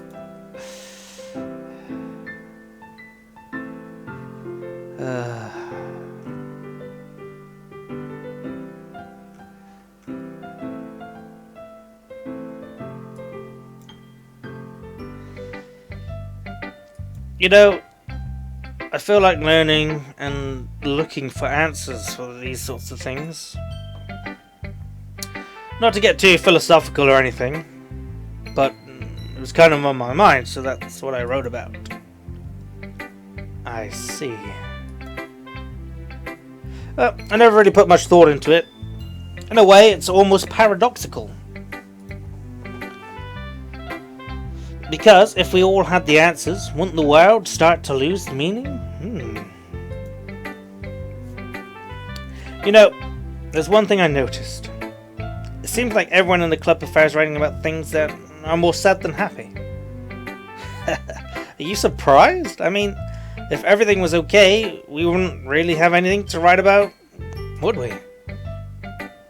Humans aren't two-dimensional creatures.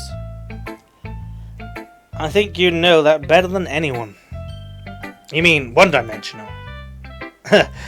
Yeah, that. Anyway, here's Monica's writing tip of the day. Are you ever too shy to share your writing because you're afraid that it's not good? It can be really disheartening to get a lukewarm response in something that you put so much effort into.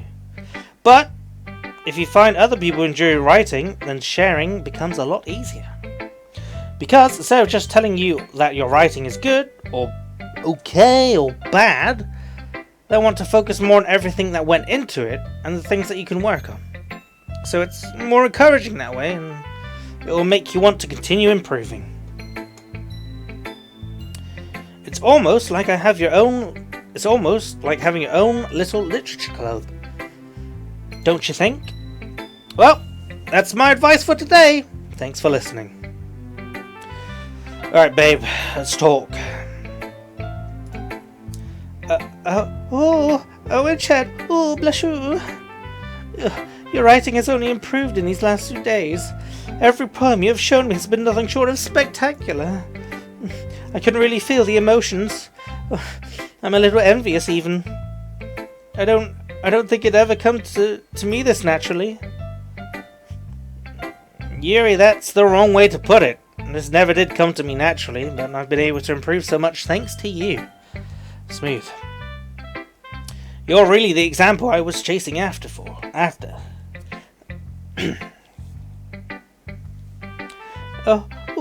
Is that so? Bless you. Yuri smiles gently to herself. This feeling. I'm so glad I got the chance to share my writing. I never thought it would feel like this. I remember you mentioning that yesterday. I can't believe that you were so good at something you never even shared with anyone. It's kind of a shame.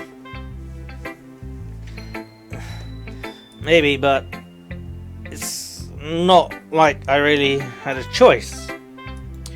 What do you mean? Well, Yuri smiles sadly. Ooh, Owen-chan. During lunchtime, I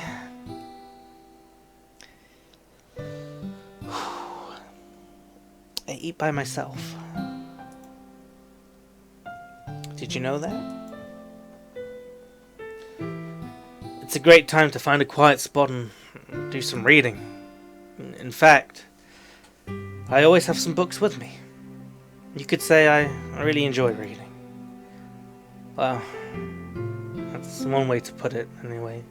yeah, the blankie. Yo, you eat you eat lunch alone? Loser! Loser alert! Oh, Brolly, that doesn't surprise me.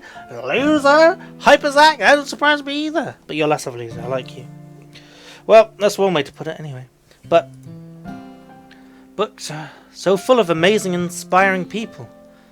People you want to fall in love with. Hashtag ban Owen. Excuse you, chap? Or people you just know would make a really good friend. Says Owen alone in his bedroom. Excuse me, I have a dedicated office space, okay? Okay, I'm hip. Cheerful people who always put a smile on your face. Or deep thinkers and problem solvers who discover the mysteries of life.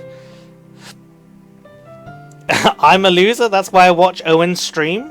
Makes me feel better about myself. You say I'm alone.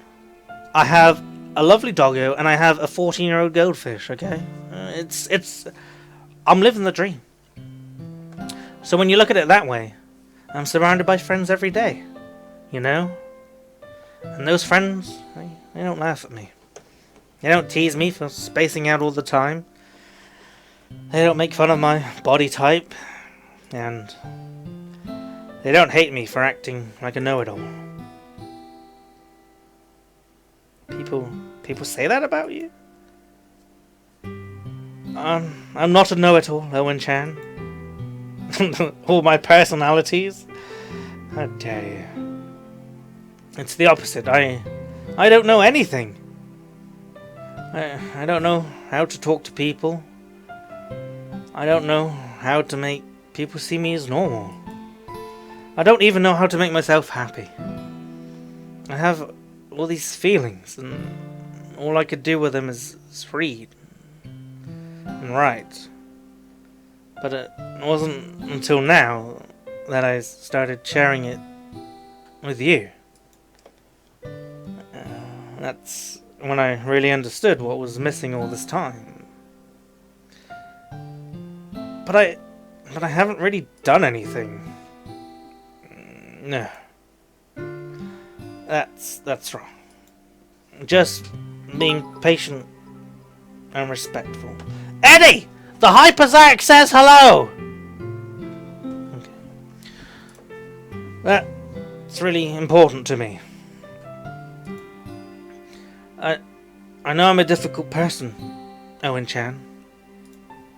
I speak too slowly.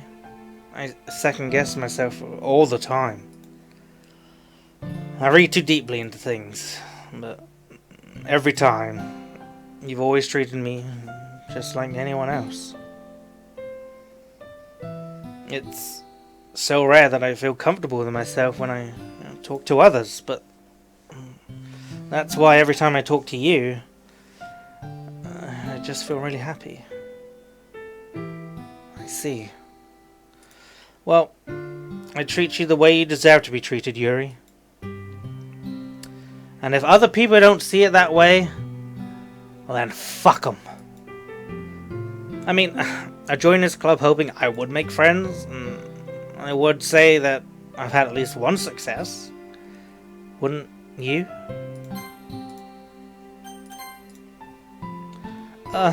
Ooh, blush you. If you put it that way, yeah.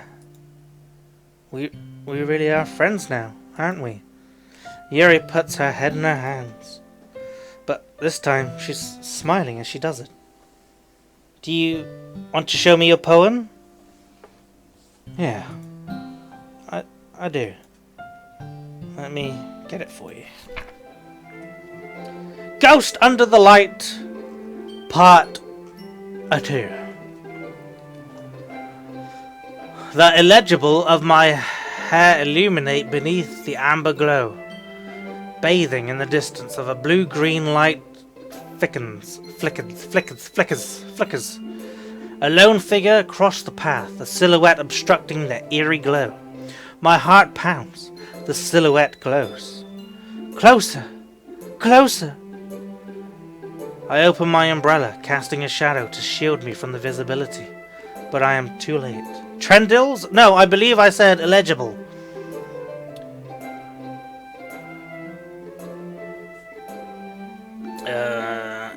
I open my umbrella, casting the shadow from me from the visibility, but I am too late. He steps into the streetlight. I gasp and drop my umbrella. The light thickens. My heart pounds. He raises his arm. Time stops. The only indication of movement is the amber light flicking against his outstretched arm. The flickering light is in rhythm with the pounding of my heart, teasing me for succumbing to this forbidden emotion. Have you ever heard of a ghost feeling warmth before? Giving up on understanding? I laugh. Understanding is overrated. I touch his hand. The flickering stops. Ghosts are blue-green. My heart is amber. The first girl I ever liked was called Amber. And I remember I got her naked once. She was showing off. We were having a good time. And instead of seizing the opportunity like any man should do, I completely ignored her and spoke to her about wrestling. As she's trying to, engage in things. I'll never forget my first love. Then I fucked up. Owen lies on stream? Fuck you, dude. Finishing the poem, I start... Listen, if I were to lie, why would I would say that I got her? I didn't. Okay? They were the only family that we knew that could afford the channel that wrestling was on. It was on Sky Sports 1, and it was Backlash, okay? And I ran from school to there to watch Backlash. It was fucking amazing. Stone Cold came out of nowhere. Chair shots everywhere. It was great. I remember it. And then, oh, hey Amber, what you doing? Oh, you getting naked? Alright, that's cool. But hey, listen, I know you got your flange in my face, but look what Stone Cold's doing. Look, wrestling, Finishing the poem, I hand it back to Yuri. But instead of taking it home from me, she looks away. That's right, Stunner, that's it. Yeah. Do you just like it? No, of course not. I just don't really know how I should respond. Despite Yuri's poems being usually cryptic, it wasn't hard to figure out what this one was about. Also, this clearly isn't the poem that Suki said she wrote about. Calm down! I will not calm down. Meaning I'm probably the only one she's showing this to. Yes, Brolly, I've seen naked women in the flesh, okay? More than you've ever seen. I don't know if I'll be able to explain this one.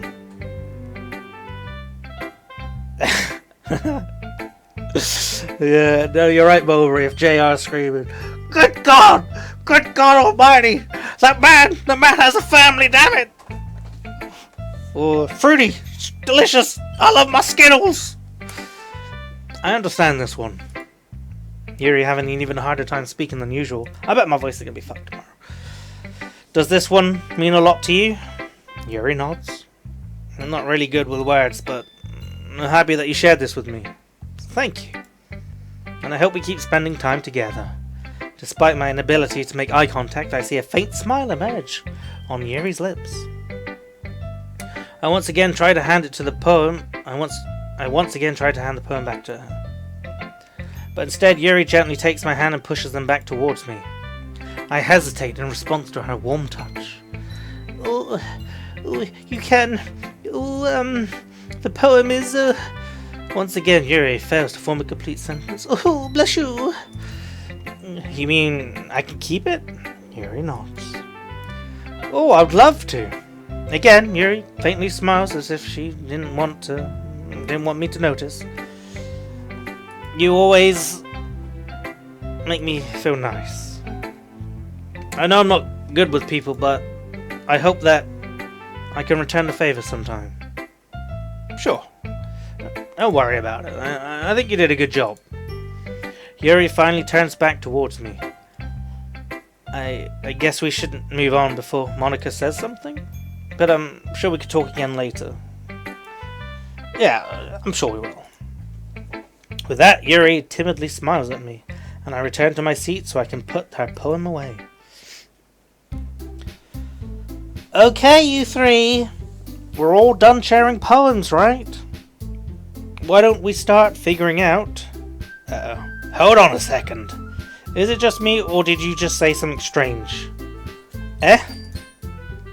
Something did sound a bit unusual. That's right. You deviated from your usual catchphrase when addressing the club. Catchphrase? I don't have a catchphrase. Why is the mood so weird today? Look, even Yuri isn't immune to it. Stagnating air is common foreshadowing that something terrible is about to happen. In your books, maybe. Look, the only thing different now is that Sayori isn't here. It seems you're right. Sayori's always helps to lighten the mood a little bit, doesn't she?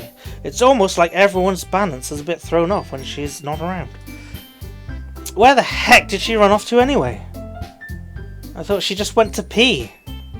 Natsuki, please show some decency. Women don't pee, for God's sake. Oh, come on. If she actually wasn't feeling too well and went home early. Oh, is that so? Well, I hope she's alright. Seriously? Of all the times to not go home with her, you pick the time she's not feeling well? So much for you two being all lovey-dovey. No. First of all, stop misunderstanding my friendship with Sayori. And second, she's kind of been avoiding me today, so I didn't want to force it. Oh. That curious expression coming from Yuri, of all people. Well, calm down, guys, calm down. I talked to her earlier and everything is fine. What did she say? Anyway, we need to figure out the rest of the festival preparations, so let's decide what everyone will be doing this weekend. I already know what I'm doing.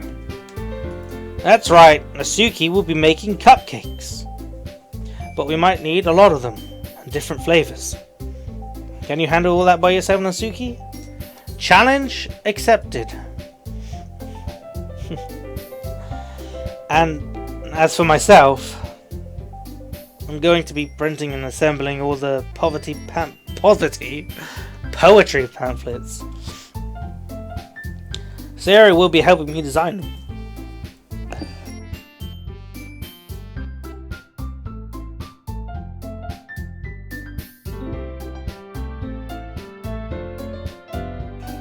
Probably isn't the girl don't fall for the troll.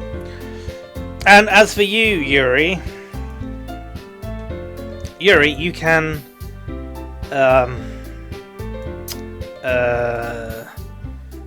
can you help me come up with something for Yuri? I'm useless. No, that's not it at all. You're the most talented person here, you know. Now, Natsuki's pouting too?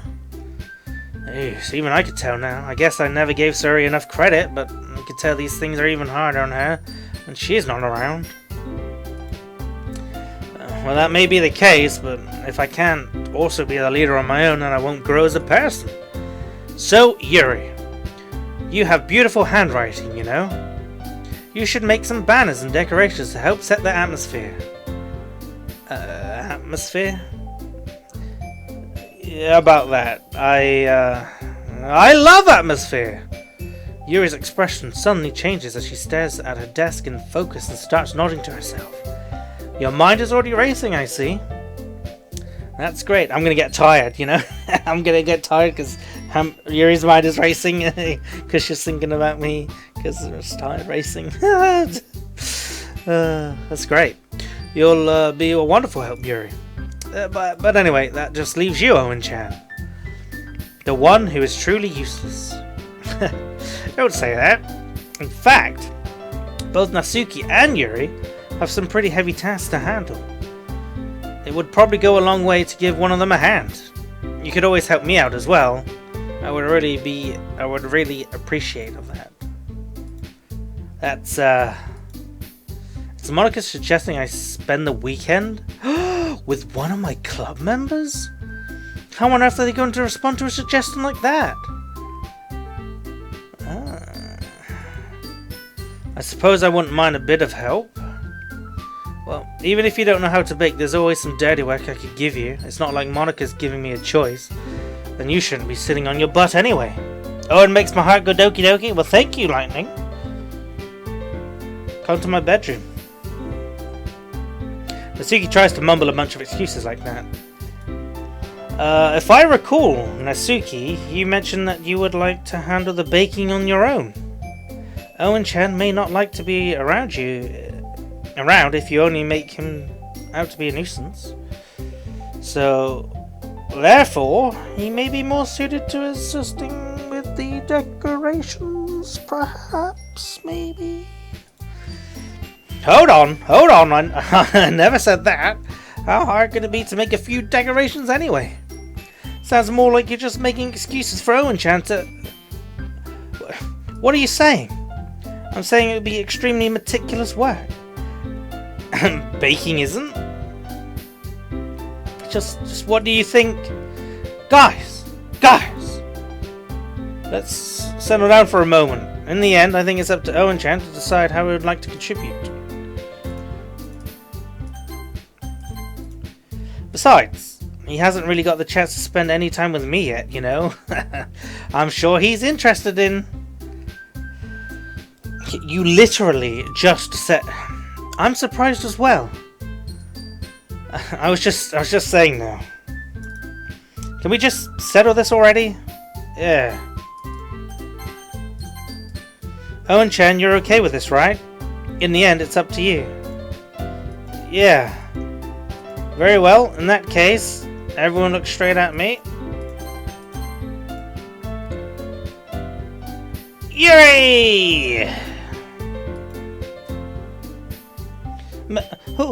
Me? Blush you. Oh, blush you. Are you serious? Why would you... Siri, I'm not talking to you. Jesus Christ. I can already tell that you're about to say something mean. No, I was just saying... So you'll be helping Yuri then, Owen-chan. Hey Siri! Tell me a joke. The past, present and future walk into a bar. It was tense. Okay, I regret that decision. Yeah, that's what I'm going to do. I'm glad. I have a bad habit of overthinking these sorts of things, so I think your assistance will be very useful. That's great to hear. Natsuki, will you be able to handle the baking yourself? I mean, yeah, I already said I would be fine. Okay. Everyone can tell that Natsuki is feeling a little sour. Hey Siri. What is 0 divided by 0? Imagine that you have 0 cookies and you split them evenly among 0 friends. How many cookies does each person get? See, it doesn't make sense. And Cookie Monster is sad that there are no cookies. And you're sad that you have no friends. Okay. Doesn't need to be fucking slagged off by a product that I bought.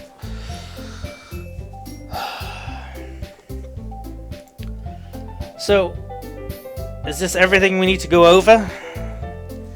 Yeah, that should be about it. Are you guys excited? Well, excited may not be the right word, but I suppose I'm looking forward to it a little bit. Do you feel the same way, Owen-chan? Me? I guess you could say I'm interested to see how it all turns out. That's enough for me. Let's save.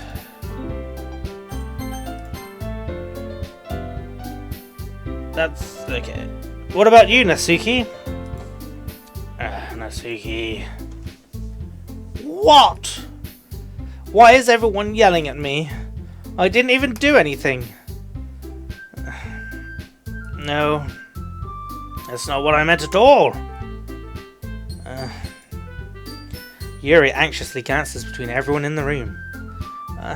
I'm sorry for this. I don't really know why Owen-chan picked me. You don't know why I picked you. And also, your cupcakes are the best cupcakes I've ever had. They really go well with my tea, and nothing that I do for the event will compare to that. So I get it. I'm kind of surprised though. Well, I'm the one acting immature. I already know that, but you're trying to cheer me up all of a sudden. I know, I'm not very good at it. I'm sorry if I said something bad.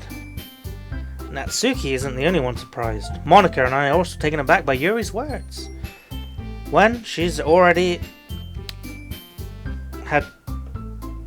that's ironic. When she already has trouble with words, trying to cheer someone up might be far out of her own comfort zone. But I begin to understand. Yuri was trying to sound like Sayori. Even if it didn't work perfectly, I could tell that she tried to say something Sayori would say at the time like this. Because Sayori always helped everyone smile and feel good about themselves. No, I kind of appreciated it. I'm sorry for making a big deal out of nothing. But I'm going to say this. You better bet that my cupcakes are going to be the best part of the whole event. I believe you. Yeah. I hope to see everyone that does their best. But with that, there's nothing more for today. So I guess it's time for us to head on out. Let's get out of here. Everyone packs up their things. I start to follow Monica and Natsuki out the door as they chat between each other. I turn around. Sorry. I realized that I don't have any way of contacting you this weekend. Oh. Alright.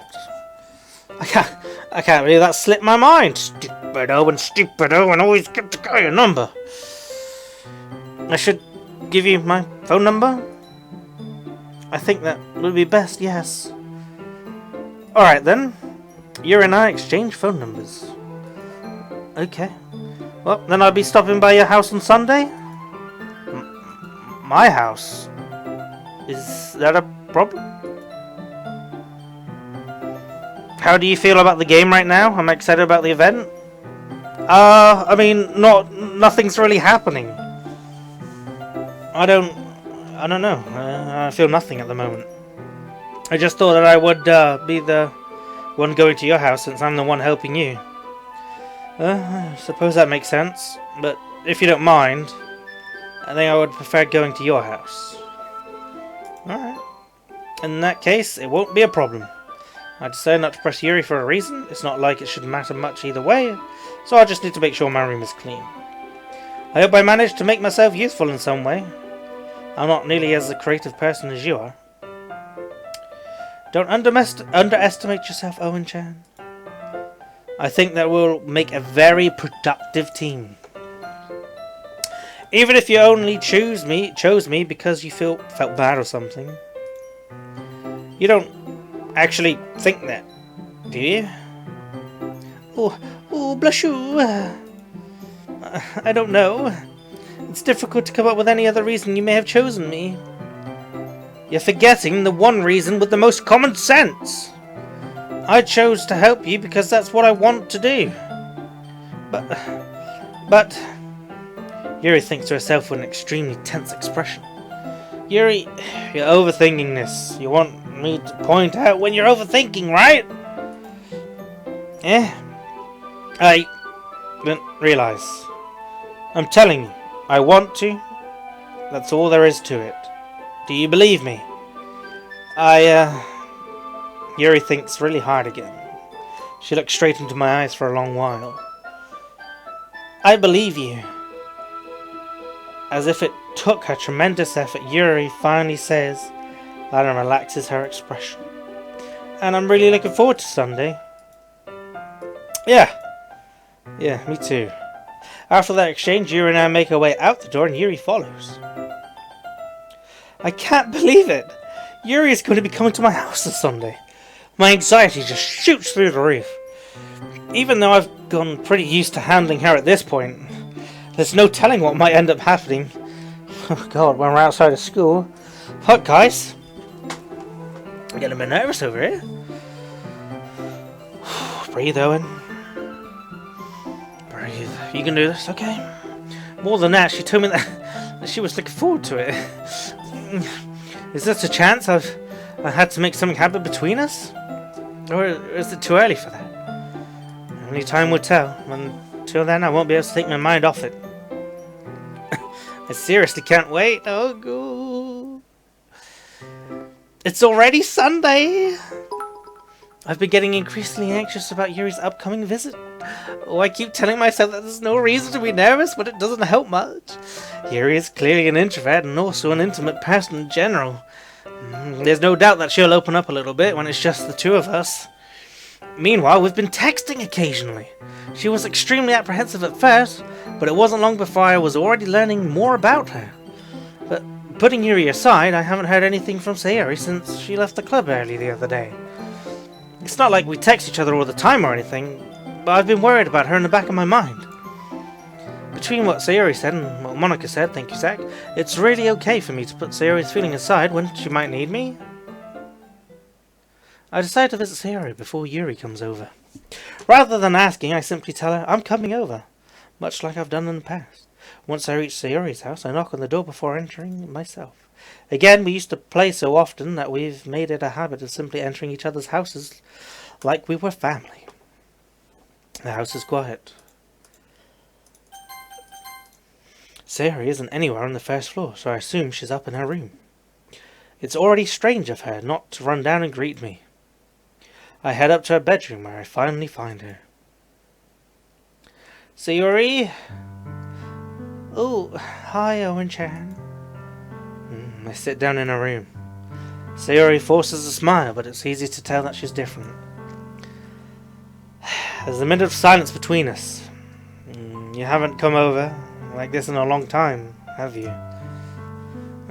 Guess you're right. It has been a long time. Not much has really changed, has it?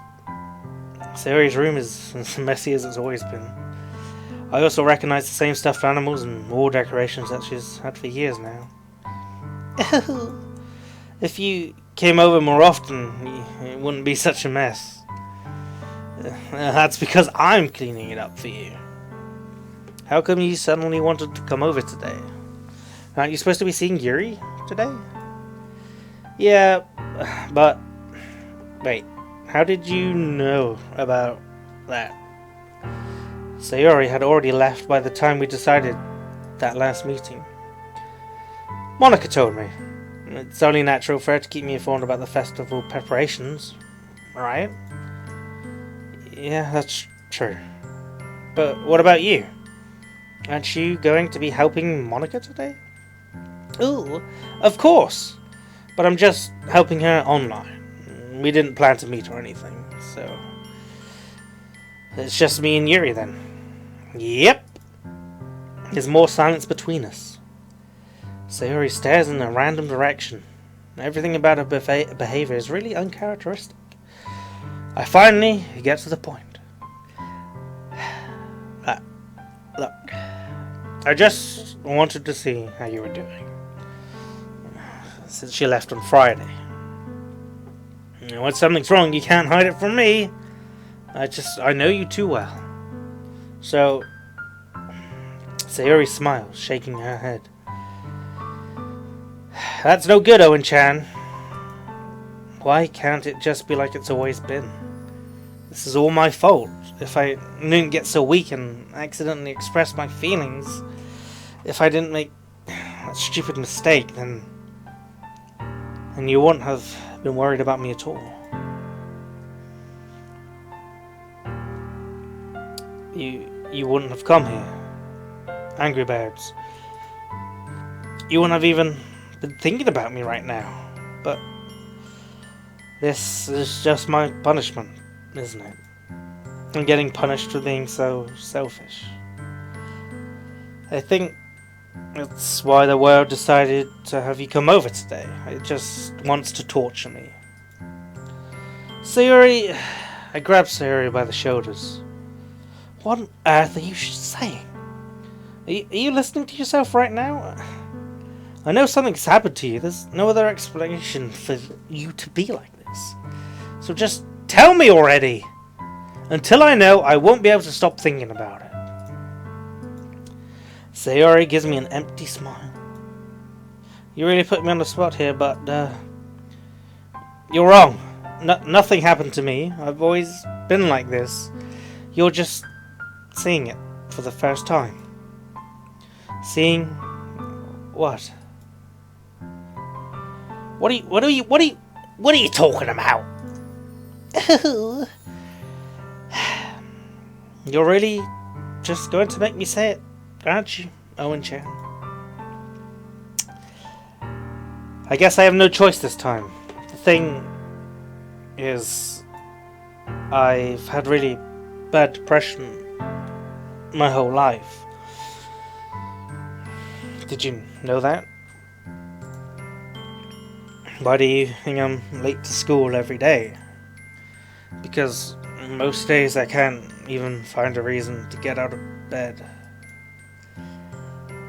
What reason is there to do anything when I fully know how worthless I am?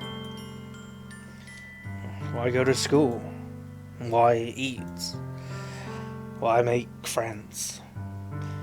Why make other people put their energy and caring to a waste by having them spend it on me? That's what it feels like. And that's why I just want to make everyone happy, without anyone worrying about me. I'm in shock! I can't even figure out how to respond. How is it possible that Sayori has kept this from me the entire time that I've known her? Did she really want so badly for me to not think about her? Why, Sayori? Why is it that you've never told me about this? It almost feels like I've betrayed you as your close friend. If I only knew, I would have done something, anything, and could support you. Even if there's only so much that I could do, I would have tried a little bit harder to make every day a little bit better. That's why I'm your friend. All you had to do was tell me. Chat, I'm your friend. If you got anything you need to tell me right now. Hello, JK, I don't give a shit! Why do you think I didn't tell you? Because if I told you, then you would have to waste effort caring about me instead of doing important things. I don't want to be cared about. It's bisexual when people try to care about me. It feels nice sometimes, but it also feels like a bat being swung against my head. That's why I wanted so badly for you to make friends with everyone else. Helping everyone be happy together is the best thing for me.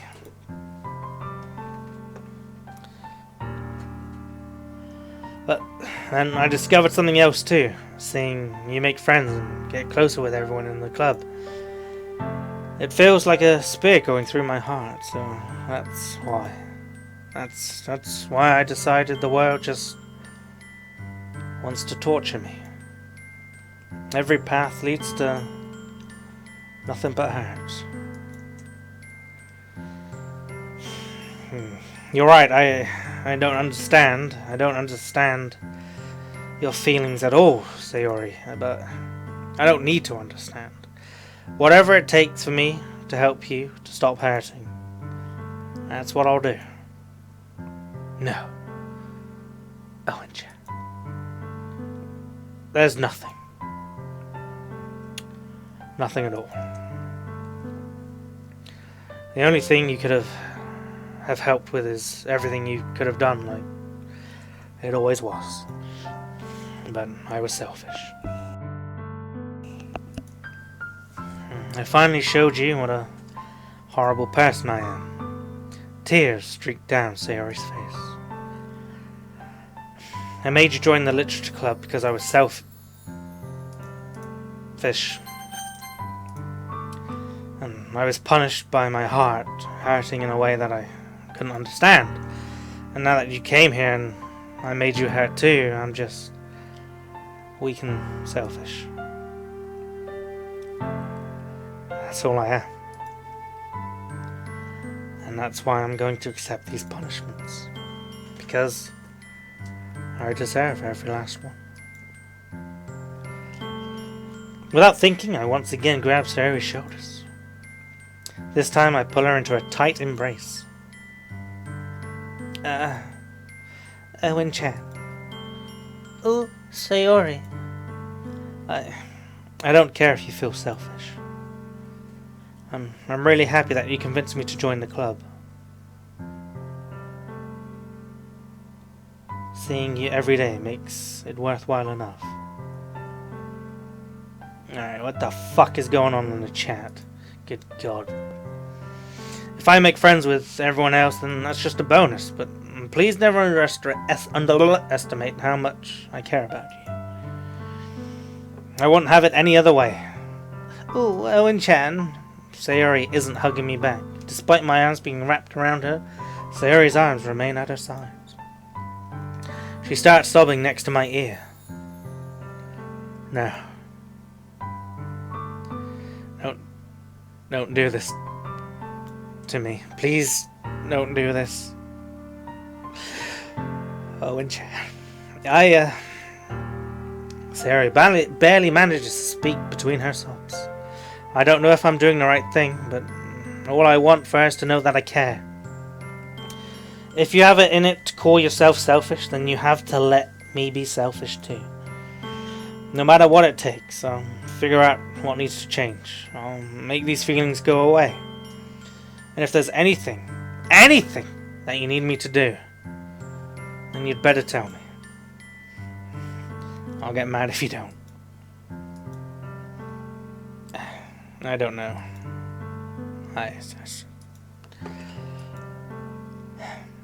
Gently, Sayori finally puts her arms around me in return. I don't know anything.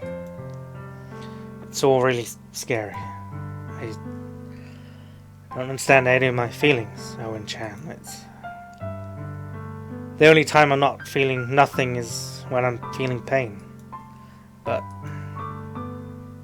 your hugs are so warm.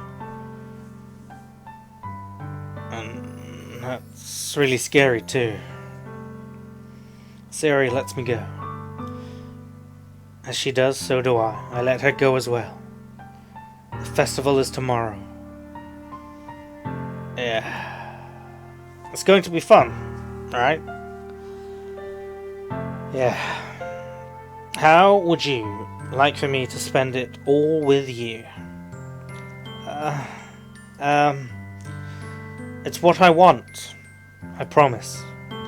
I think that would be nice. Then. Yeah! Sayori wipes her eyes. If I could spend the whole day here, I would. Of all days, this has to be the day. The one where I have other plans. Maybe I should cancel. No, don't. Please don't. Just, if you did that, then I really wouldn't forgive you. But It's almost time for me to meet Yuri at my house. At the very least, do you want to come along and help us out? It'd be fun. To my surprise, Sayori shakes her head. I'm sorry. I don't know if that would be very good for me today. You understand, right? Yeah, it's kind of hard for me to fully understand, but I'm trying my hardest. It's okay. Don't worry too much about it. I'll see you tomorrow, okay? Okay. I look forward to it. I say goodbye to Sayori and exit her house. On the way home, I find myself still feeling uneasy. But it's hard for me to keep thinking about it when Yuri is about to come over too. I think Sayori is right. I shouldn't be worrying too much, and we're definitely going to have a great time tomorrow. I should just focus on what's ahead of me. As I approach my house, I see something that makes me feel a moment of panic. Oh, Yuri! Thank goodness. You're a little early. I'm sorry I wasn't home yet. Were you waiting a long time? No, I just got here. But I started to get really nervous when nobody answered the doorbell. You could have always texted me. If I had known, I would have reassured you and hurried more on my way home. I suppose that's true. I didn't think of that for some reason. It should be common sense to do that, but I decided to ignore that. Anyway, let's go inside. I see you brought a lot of stuff with you. Yep, that's right. And did you manage to find everything I asked you to buy as well? Pretty much. At least I hope I got everything right. Oh, I'm sure it'll be fine. I take Yuri to my room. Good God. The first thing she does is glance around curiously, which makes me feel anxious. Oh, it's so clean. I cleaned it before you came over, so... Oh, that's very considerate of you. No, I would be really embarrassed for my room to be a mess while you were here. Let's be honest, it's not a good first impression when you bring a girl to your room and there's just cum tissues everywhere. That's... Well, I do enjoy cleaning. I would have gladly helped you clean. That would have been even more embarrassing. Wait, don't look in there! I snatch Yuri's wrist, which in the process of opening a desk drawer of mine. I'm sorry. I wasn't thinking for some reason. I was just spacing out. It's fine. I let go of Yuri's wrist. She puts both of her hands firmly on her lap, in her lap, as if she's making sure she's keeping track of them. So, should we get started? Yes.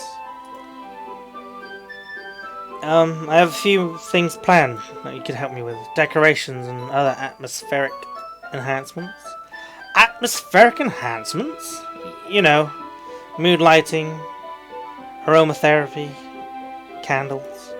Oh, wow. I didn't know you planned on taking it that far. Of course. I want to help, I guess, go to a faraway place. Although many will stop just out of curiosity and for cupcakes, I guess.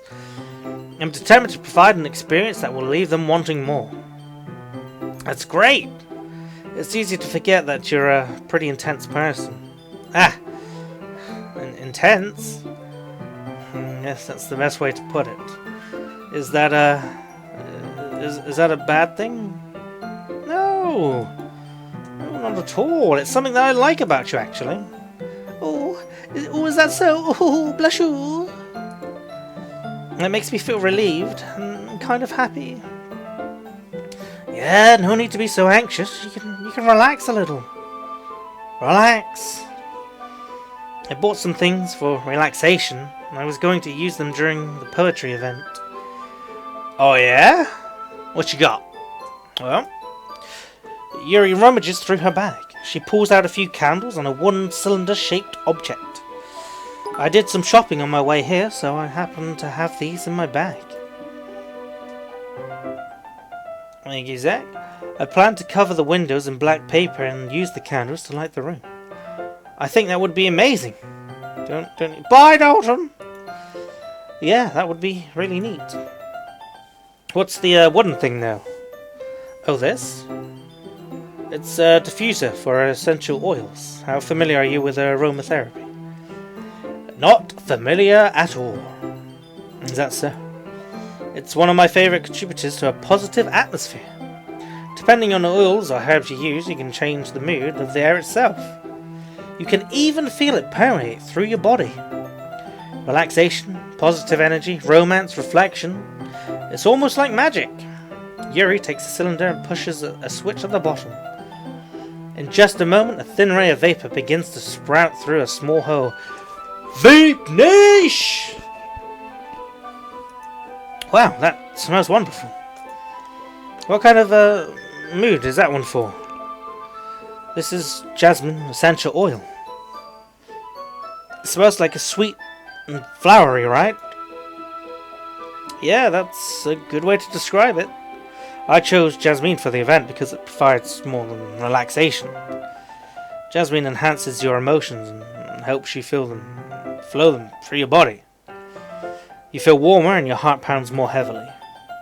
Don't you think that would be perfect for sharing our poems? It does sound suitable, but you seem to know a lot about this, so I'll trust your opinion with anything. Yuri smiles gently, clearly enjoying herself. She again reaches into her bag and pulls out several spools of thin ribbon. What are these for? Well, did you purchase the origami paper I asked you to get? Yeah, I have it over here. We won't be using the paper for folding origami. What? What I would like to do is write... click that too fast. We need about 100 of them. Oh yeah? And what will those be used for? Well, I'm going to cut pieces of ribbon and hang them from the doorway in the classroom. Then we can fasten paper onto the ribbons and create a doorway curtain. Ah, it's a bead curtain. Essentially for nerdlings, you know. Mother comes in with dinner, moves past the bead curtain. I get it. Wouldn't that be beautiful? It would also catch the eye of those passing the room. It may attract a peek inside.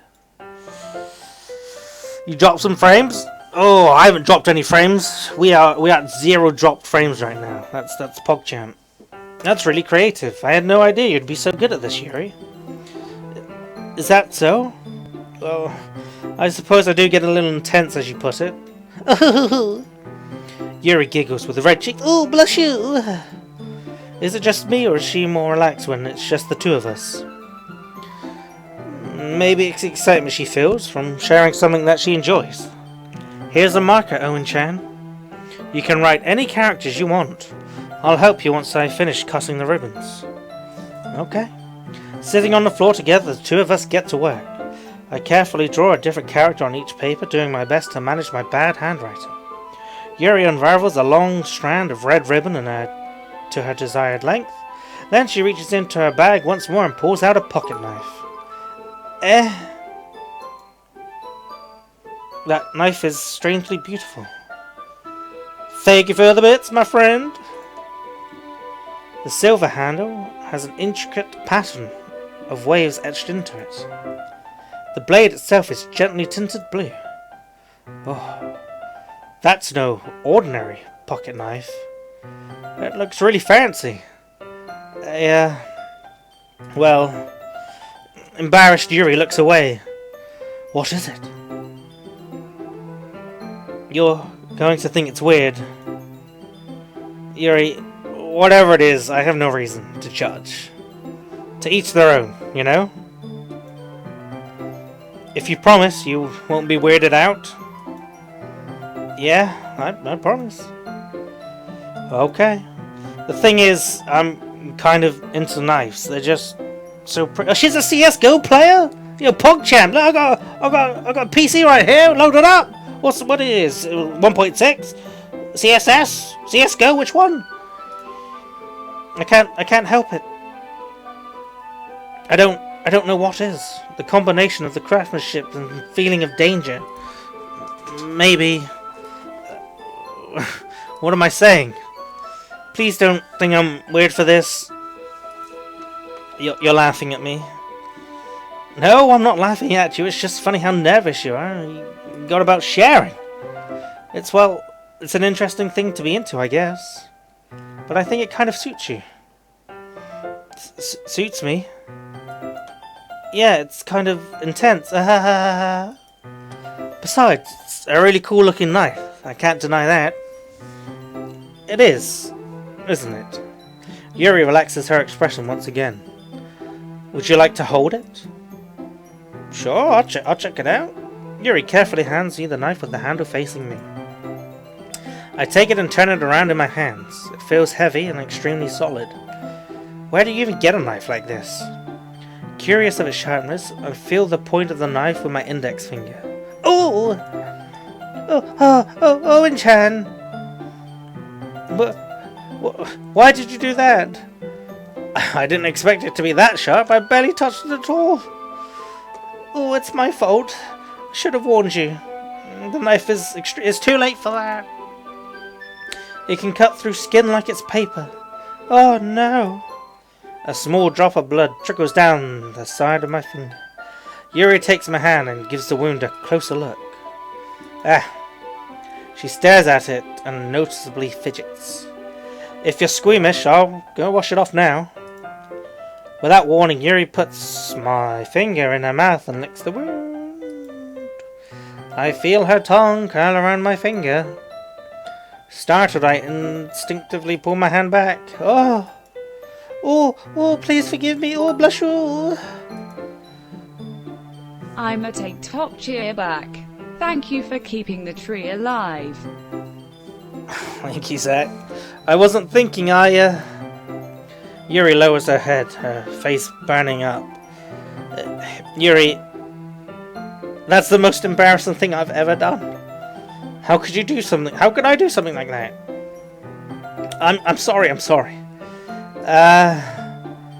Sure, it was a little weird. It took me by surprise. Alright, chat, I'm gonna confide in you. Once, I accidentally cut myself and it was pretty deep, but for some reason the pain gave me a bit of pleasure and I had to masturbate afterwards. But I guess she was just trying to help, right? Yuri, I think you're overacting a little. She doesn't lift her head. What? What if it doesn't recover from this for the rest of the afternoon? We've all been there. Thank you, Chris. Thank you for having my back, buddy. Thank you. Alright, you know what? This might be a stupid thing to do, but do it anyway. I take Yuri's hand and lick her index finger in return. Owen-chan, bless you. Did you really just do that? You won't get top cheer that easily. Zach Chan Pogchomp. Pogchomp. Thank you for the bits. My friend. Now we're even. It just looks at me like I did something wrong. I knew that would be a bad idea. If not for the sweet aroma of the jasmine oil, the air would be extremely heavy right now. You're so weird, Owen-chan. Yuri giggles shyly. Yuri calling me weird? I have no response to that. Where do you keep your bandages? I don't think I need one, actually. I'm a brave boy. Look, it already stopped bleeding. I see. Well, that's relieving. The tension is quickly lifted. We each resume our respective activities. I watch Yuri's knife cut through the ribbon like it's nothing but air. Meanwhile, I continue to make progress on the paper. After we finish attaching the paper to the ribbons, we lay them all out side by side. It looks better than I expected and will be very effective as a door curtain. It looks great! Good thinking coming up with this, Yuri. Oh, thank you. Oh, bless you. It's just something I saw online. Copycat. Plagiarism, bitch. Are you ready to move on to the next task? Yeah. Let's do it. What do you have in mind? I'd like to create a banner. That's why I asked you to buy some paint supplies. Ah! That's right. Of all the items you had asked me to buy, it was a kit of watercolor paint tablets. We'll need about 6 cups of water to put each of the tablets in. Do you mind fetching those for us? Of course not, my lady. I am a gentleman, tips Fedora. 6 cups of water coming right up. I'll be back in a jiffy. Thank you very much. Oh, and just a little bit of water is okay. If you fill the cups up too much, they'll be too diluted. Taking Yuri's advice, I decided to use small plastic bathroom cups rather than full-sized glasses.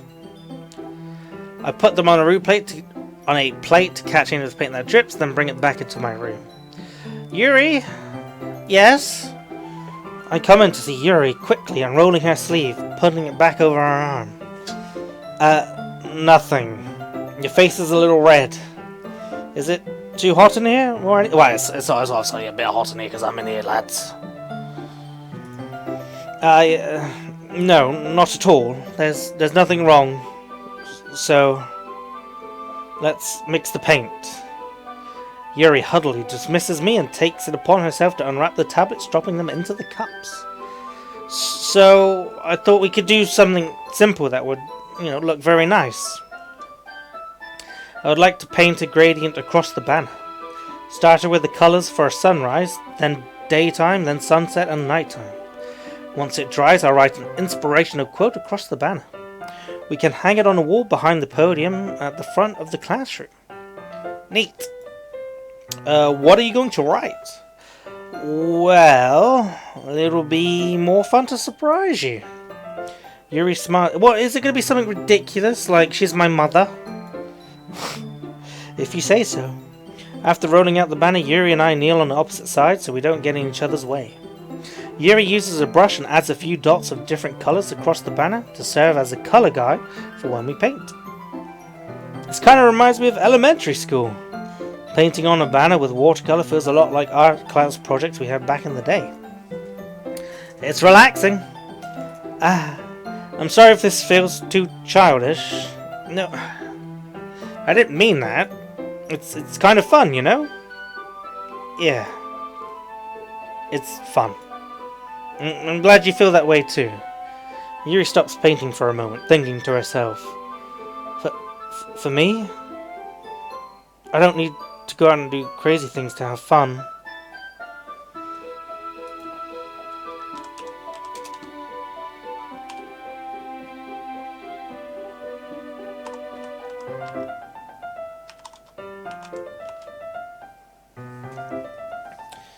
I don't need to go out and do crazy things to have fun. In fact, I usually don't even want to.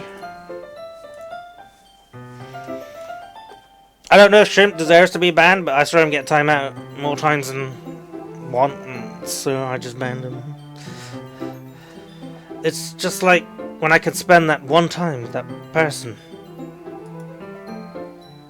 Even if it's something simple like reading, it doesn't even matter if we don't talk. Just having a friend next to me makes things feel a little bit nicer. I think that's all it takes for me to be happy. Is that so? Even Yuri and I are quite different. I can understand where she's coming from. I feel that way about things like anime and games, where simply sharing the experience with someone can be happy.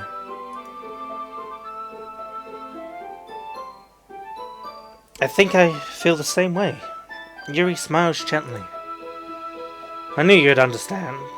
Hey, chat, remember? Sore throat. Yuri leans over the banner to grab the unused paintbrush. But I move at the same time, causing my head to... Oh no, the classic head bumperoo! Oh! Painful blush. So sorry. Yuri rose back and I quickly left my hands in surprise. Are you hurt? No, I'm not hurt. It just startled me, that's all. Sorry, I should have asked you to get it for me. It's not your fault. Ah, your face! There are droplets of paint on Yuri's face and neck. Is there something on my face? Yeah, I accidentally got paint on you. Shower scene! Sorry, it's totally my fault. I'll get a towel right away. I rush out and fetch a small towel, then I dampen it with hot water. I return to my room and kneel back down in front of her. Here we go. Here. I pat down Yuri's face and neck with the towel. Is something wrong? It's hot. I just didn't expect it. Sorry. I didn't want to use cold water. Having finished, I start to retract my hand. But Yuri suddenly holds my wrist. Wait. Just for a little bit longer. It feels really nice. I keep my hand still against Yuri's neck. She looks into my eyes. It's an intense expression that I recognize from when she reads her books. Almost as if she's lost in a daze. Invoked by her own thoughts. She breathes gently, half through silently parted lips. What is happening? Is the aroma of the jasmine oil giving me this dizzy feeling? Yuri's gentle fingers wrapped around my wrist send a tingling sensation through my arm. And suddenly, her face seems to be much closer to mine than it was just a moment ago. Yuri slowly pulls away. Sorry. I've been feeling a little lightheaded today. I didn't mean to space out. It's fine. Just kiss already. The moment is over as soon as it began. Yuri picks up her brush again. But her movement seems clumsier, like she's unable to focus. I remain silent, forced to ignore the event that had just transpired. I hesitantly retrieve my own brush and continue following Yuri's example. That should do it! I finish filling in the night sky with white dots that look like stars. Looking at the banner as a whole, it's very pretty, natural looking. I think it came out better than I expected. I'm really happy with the results. Yeah, me too. Are you going to add the lettering now? Okay, Brawler, you little scumbag. Not yet. It needs to dry off first. That's true. Won't that take a while? Well, perhaps it would be best to leave it here than for you to bring it in the morning. I could do the lettering in the classroom before our event starts. Is that okay? That's totally fine. Yeah, sure. Just leave it to me today. Yeah, great. Whoa. Wonderful.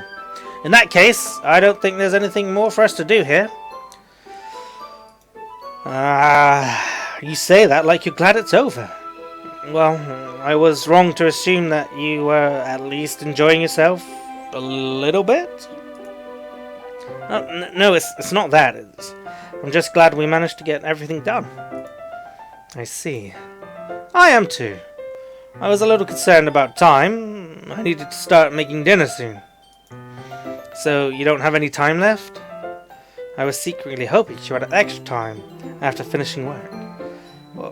Well, Yuri thinks to herself, I think that would be too irresponsible of me to wait much longer. I'm sorry. I was hoping there would be more time as well. It's probably my fault. Sorry for being such a slow worker. No, it's not your fault. And the important thing is that when we got everything done, right? Yeah. So I shouldn't be disappointed or anything? Gathering all her things, Yuri seems to look a little downcast. I understand why. It sounded like she rarely gets the opportunity to spend time with friends in a relaxed environment. But that doesn't mean this is the last time it can happen. Once Yuri packs up, I walk her out of the front door. Thank you very much for having me today. No problem. I was glad to help. Just let me know if there's anything else you need for me to bring tomorrow. I will. Well, Yuri fidgets. Oh, I guess I'll see you tomorrow, bless you. Wait. I kind of say that without thinking. About today. It's fine that we didn't have as much time as we wanted, because we can do this again. Whenever you want. You can come over or we can go out somewhere. I forgot you don't like going out much. As I stumble over my words, Yuri simply smiles bashfully. Anyway, you know what I'm trying to say, so... You're very thoughtful, Owen-chan. Oh no. Yuri takes a step closer to me and then briefly squeezes my hand. God! My wrist hurt all of a sudden. Must not fat, get down! I kinda like that about you. Well, how am I supposed to respond to that? But I didn't even get a chance to as Yuri suddenly pulls back. Sayori? Eh? Oh! Hi, Owen-chan. The police. Sayori. Just now, we weren't... It's okay, Owen-chan. I just stopped by to say hi. Why you gotta do that? You were too depressed earlier. Well, it's nice to see you. I'm sorry, but I'm already on my way to leave. Oh, really? That's too bad. I'm sorry. But we'll all be together at the festival tomorrow, so that's fine, right? Of course. Sayori beams. Yes, so I'll see you tomorrow. Clearly embarrassed, Yuri hurries off. Ugh. Sayori waves goodbye after her. Sayori, I thought you didn't want to come over today. I tried staying in my room, but my imagination was being really mean to me. So I had to come here and see it for myself. See what? What are you talking about? You know, how much fun you were having with Yuri. And how close you got to her. It makes me really happy. You've made such good friends. That's all that matters to me. Tears start to fall down Sayori's face. That's all that matters to me. Why am I feeling this way, Owen-chan? I'm supposed to be happy for you. Why does it feel like my heart is splitting in half? It hurts so much.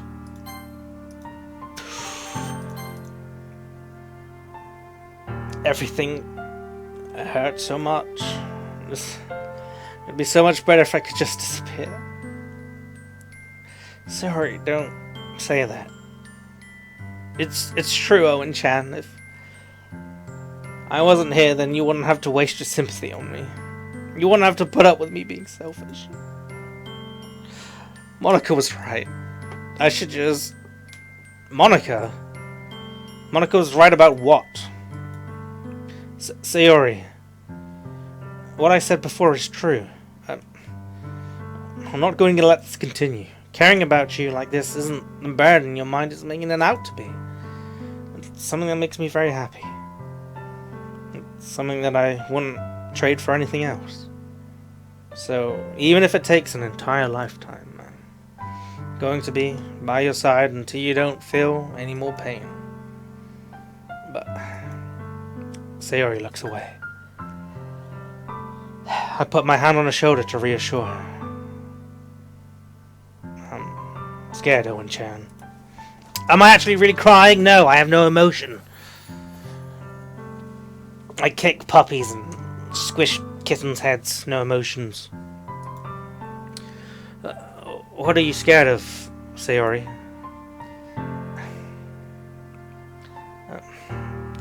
I'm scared that I might like you more than you like me.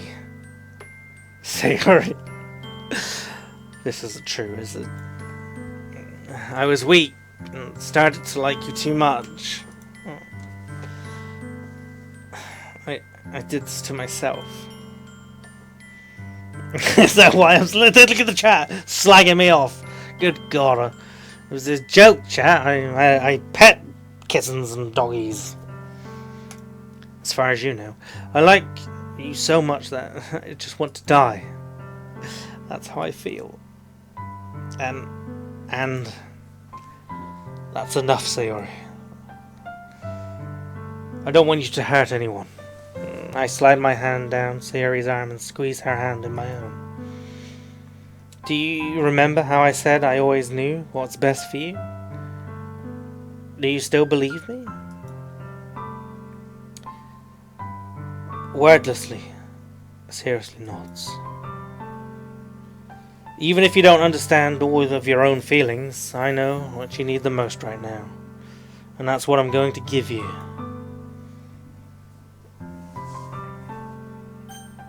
Get slagged off, bitch. You'll always be my dearest friend. Friend zoned! What you need most for things to be like this, they've always been. Monica told me the truth. She told me how much happier you seemed after I joined the club. What do you mean I'm a terrible person? What are you on about? You can't tell the girl that you love her when you don't, because we're going after Yuri. She's the quest. Sayori isn't. It's not a mistake. It's not a mistake. The mistake would be telling her that I loved her just to make her feel better, chat. Okay? Because we're not going after her. Alright? I know you're struggling with some really difficult things right now. But please trust me, I know what's best. What will make you happy in the end. I promise I'll help get things back to the way they were. What do you mean I fucked up? I'm being polite. Yes, exactly. If you don't love the girl, don't lead her on. Sayori forces a smile through an incredibly pained expression. Is this what it feels like? To get stabbed in the chest? I should write a poem about this. Sayori, it's okay. This is just my punishment, remember? For being so selfish. So please don't worry about these stupid feelings. I know you're right. I knew this whole time that there's no happiness down this path. That's why I came here. Just so I could get the answer I needed to hear. And the other thing, you're also right. I just wanted it to go back to the way it was. I realize that now. You really do know me better than anyone, Owen-chan. I'll trust you with anything. Anything at all. So, Sayori's smile fades, finally breaks. All of a sudden, she turns around and drops to her knees. Clutching her head with both hands, she screams as loudly as she can. I am so shocked that I don't know how to react. Sayori looks over her shoulder and flashes me one more weak smile before turning around and running off. Sayori! I'm left helplessly standing in front of my house. Why am I feeling so horrible about this? Nothing more I could have done. The most I can do is support Yuri through her feelings and help her get on the path that is right. But I'm having as much trouble understanding Sayori's feeling as she is. Even though I can comfort her, I keep wondering if I should be doing something more or something different. I know these thoughts will continue to plague me until things are back to the way they were. I'm just going to give it everything I've got. Sayori will always be my dearest friend. I'll do whatever it takes to put a smile on her face every day. It's the day of the festival. Of all days, I expected this to be the one where I'd be walking to school with Sayori. Oh no. but Sayori isn't answering her phone. I considered going to her house to wake her up, but decided that's a little too much. Meanwhile, the preparation for the event should be nearly complete. The banner Yuri and I painted is dry, and I gently wrote it up to take with me. She sent me a pleasant text reminding me not to forget anything, and I reassured her. Funnily enough, I probably feel the same way as Natsuki about the event. I'm more excited for it to be over so I can spend time with Sayori and Yuri at the festival. But knowing Monika, I'm sure the event will be great too. Owen-chan! You're the first one, lucky me. Thanks for being early. It's funny, I thought at least Yuri would be here by now. Monika is placing little booklets on each of the desks in the classroom. They must be the ones she's prepared that has all the poems we're performing. In the end, I found a random poem online that I thought Monika would like and submitted it. So, that's the one I'll be performing. I'm surprised you didn't bring Sayori with you. Yeah, she overslept again. That dummy. You'd think that on days this important, she'd try a little harder. Try hard? I say that, but I suddenly remember what Sayori told me yesterday, and I suddenly feel awful, knowing it's not nearly as simple for her. I only said it because it's the way I'm used to thinking, but maybe I should have gone to wake her up after all. God damn it, Zach. You should take a little responsibility for her, Owen-chan. I mean, especially after your exchange with her yesterday. You kinda left her hanging this morning, you know?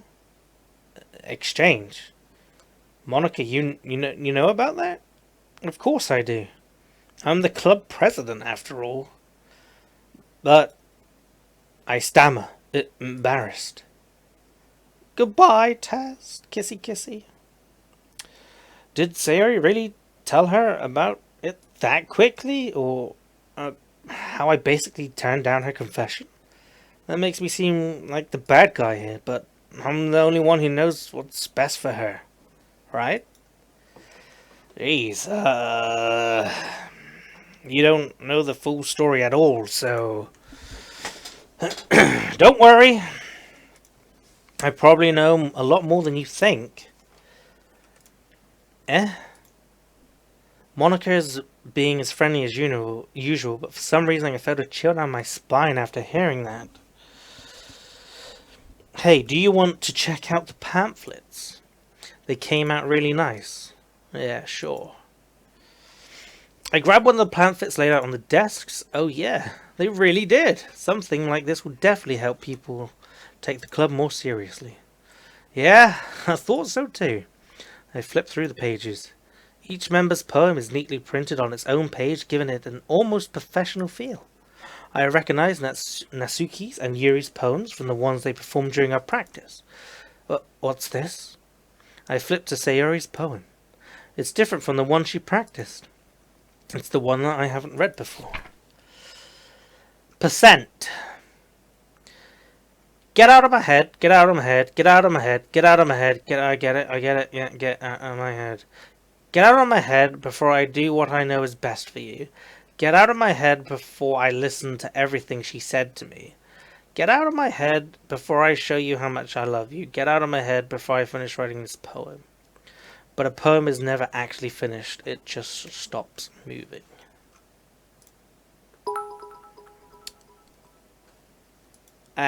What is this? I'm scared. Reading the poem, I get a pit in my stomach. Owen-chan? What is wrong, think you, Zach? Nothing. This poem feels completely different from everything else Sayori's written. But more than that, I changed my mind. I'm going to get Sayori, so... well, alright, try not to take too long, okay? I quickly leave the classroom. Don't strain yourself, Monika calls that out after me. I quicken my pace. What was I thinking? I should have tried a little bit harder for Sayori. It's not that big of a deal to at least wait for her to help her wake up. Even the simple gesture of her walking to school makes her really happy. Besides, I told her yesterday that things will be the same as they always have been. That's all she needs, and that's what I want to give to her. I reach Sayori's house and knock on the door. I don't expect an answer since she's not picking up her phone either. Like yesterday, I opened the door and let myself in. Sayori? She really is a heavy sleeper. I swallow. I'm more of a spitter myself. I can't believe I ended up doing this after all. Waking her up in her own house. Isn't that more like something a boyfriend would do? In any case, it just feels right. Outside Sayori's room, I knock on the door. Sayori? Wake up, dummy! There's no response. It really didn't want to have to enter a room like this. It's kind of a breach of privacy. But she really leaves me no choice. I gently open the door. Oh, Jesus Christ, that scared me. Oh, she's fucking hanging. Good God!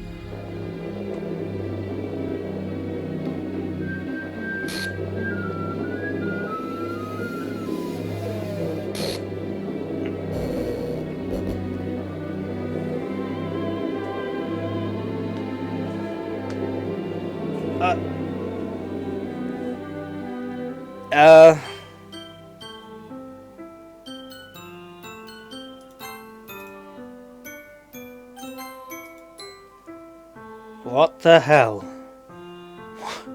What the... That scared me, dude. Is this a nightmare?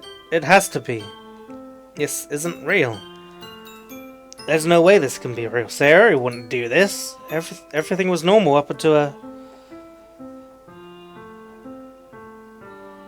a few days ago. I suppressed the urge to vomit. Just yesterday, I told Sayori I would be there for her. I told her I know what's best and that everything will be okay. Then, why? Why would she do this? How could I be so helpless? What did I do wrong? Turning down her confession? That has to be what pushed her over the edge. Her agonized scream still echoes in my ears. What did I do to her when she needed me the most? Why was I so selfish? This is my fault? No, it's not. My swarming thoughts keep telling me everything I could have done to prevent this. If I had just spent more time with her, walked her to school, and gave her what I know she wanted out of a relationship, then I could have prevented this. I know I could have prevented this. Screw the literature club? Screw the festival? I just lost my best friend? Someone I grew up with? She's gone forever now. Nothing I can do to bring her back? This isn't some game where I can reset and try something different. I had only one chance and I wasn't careful enough? And now I'll carry this guilt with me until I die? Nothing in my life is worth more than hers? But I still couldn't do what she needed from me. And now, I can never take it back?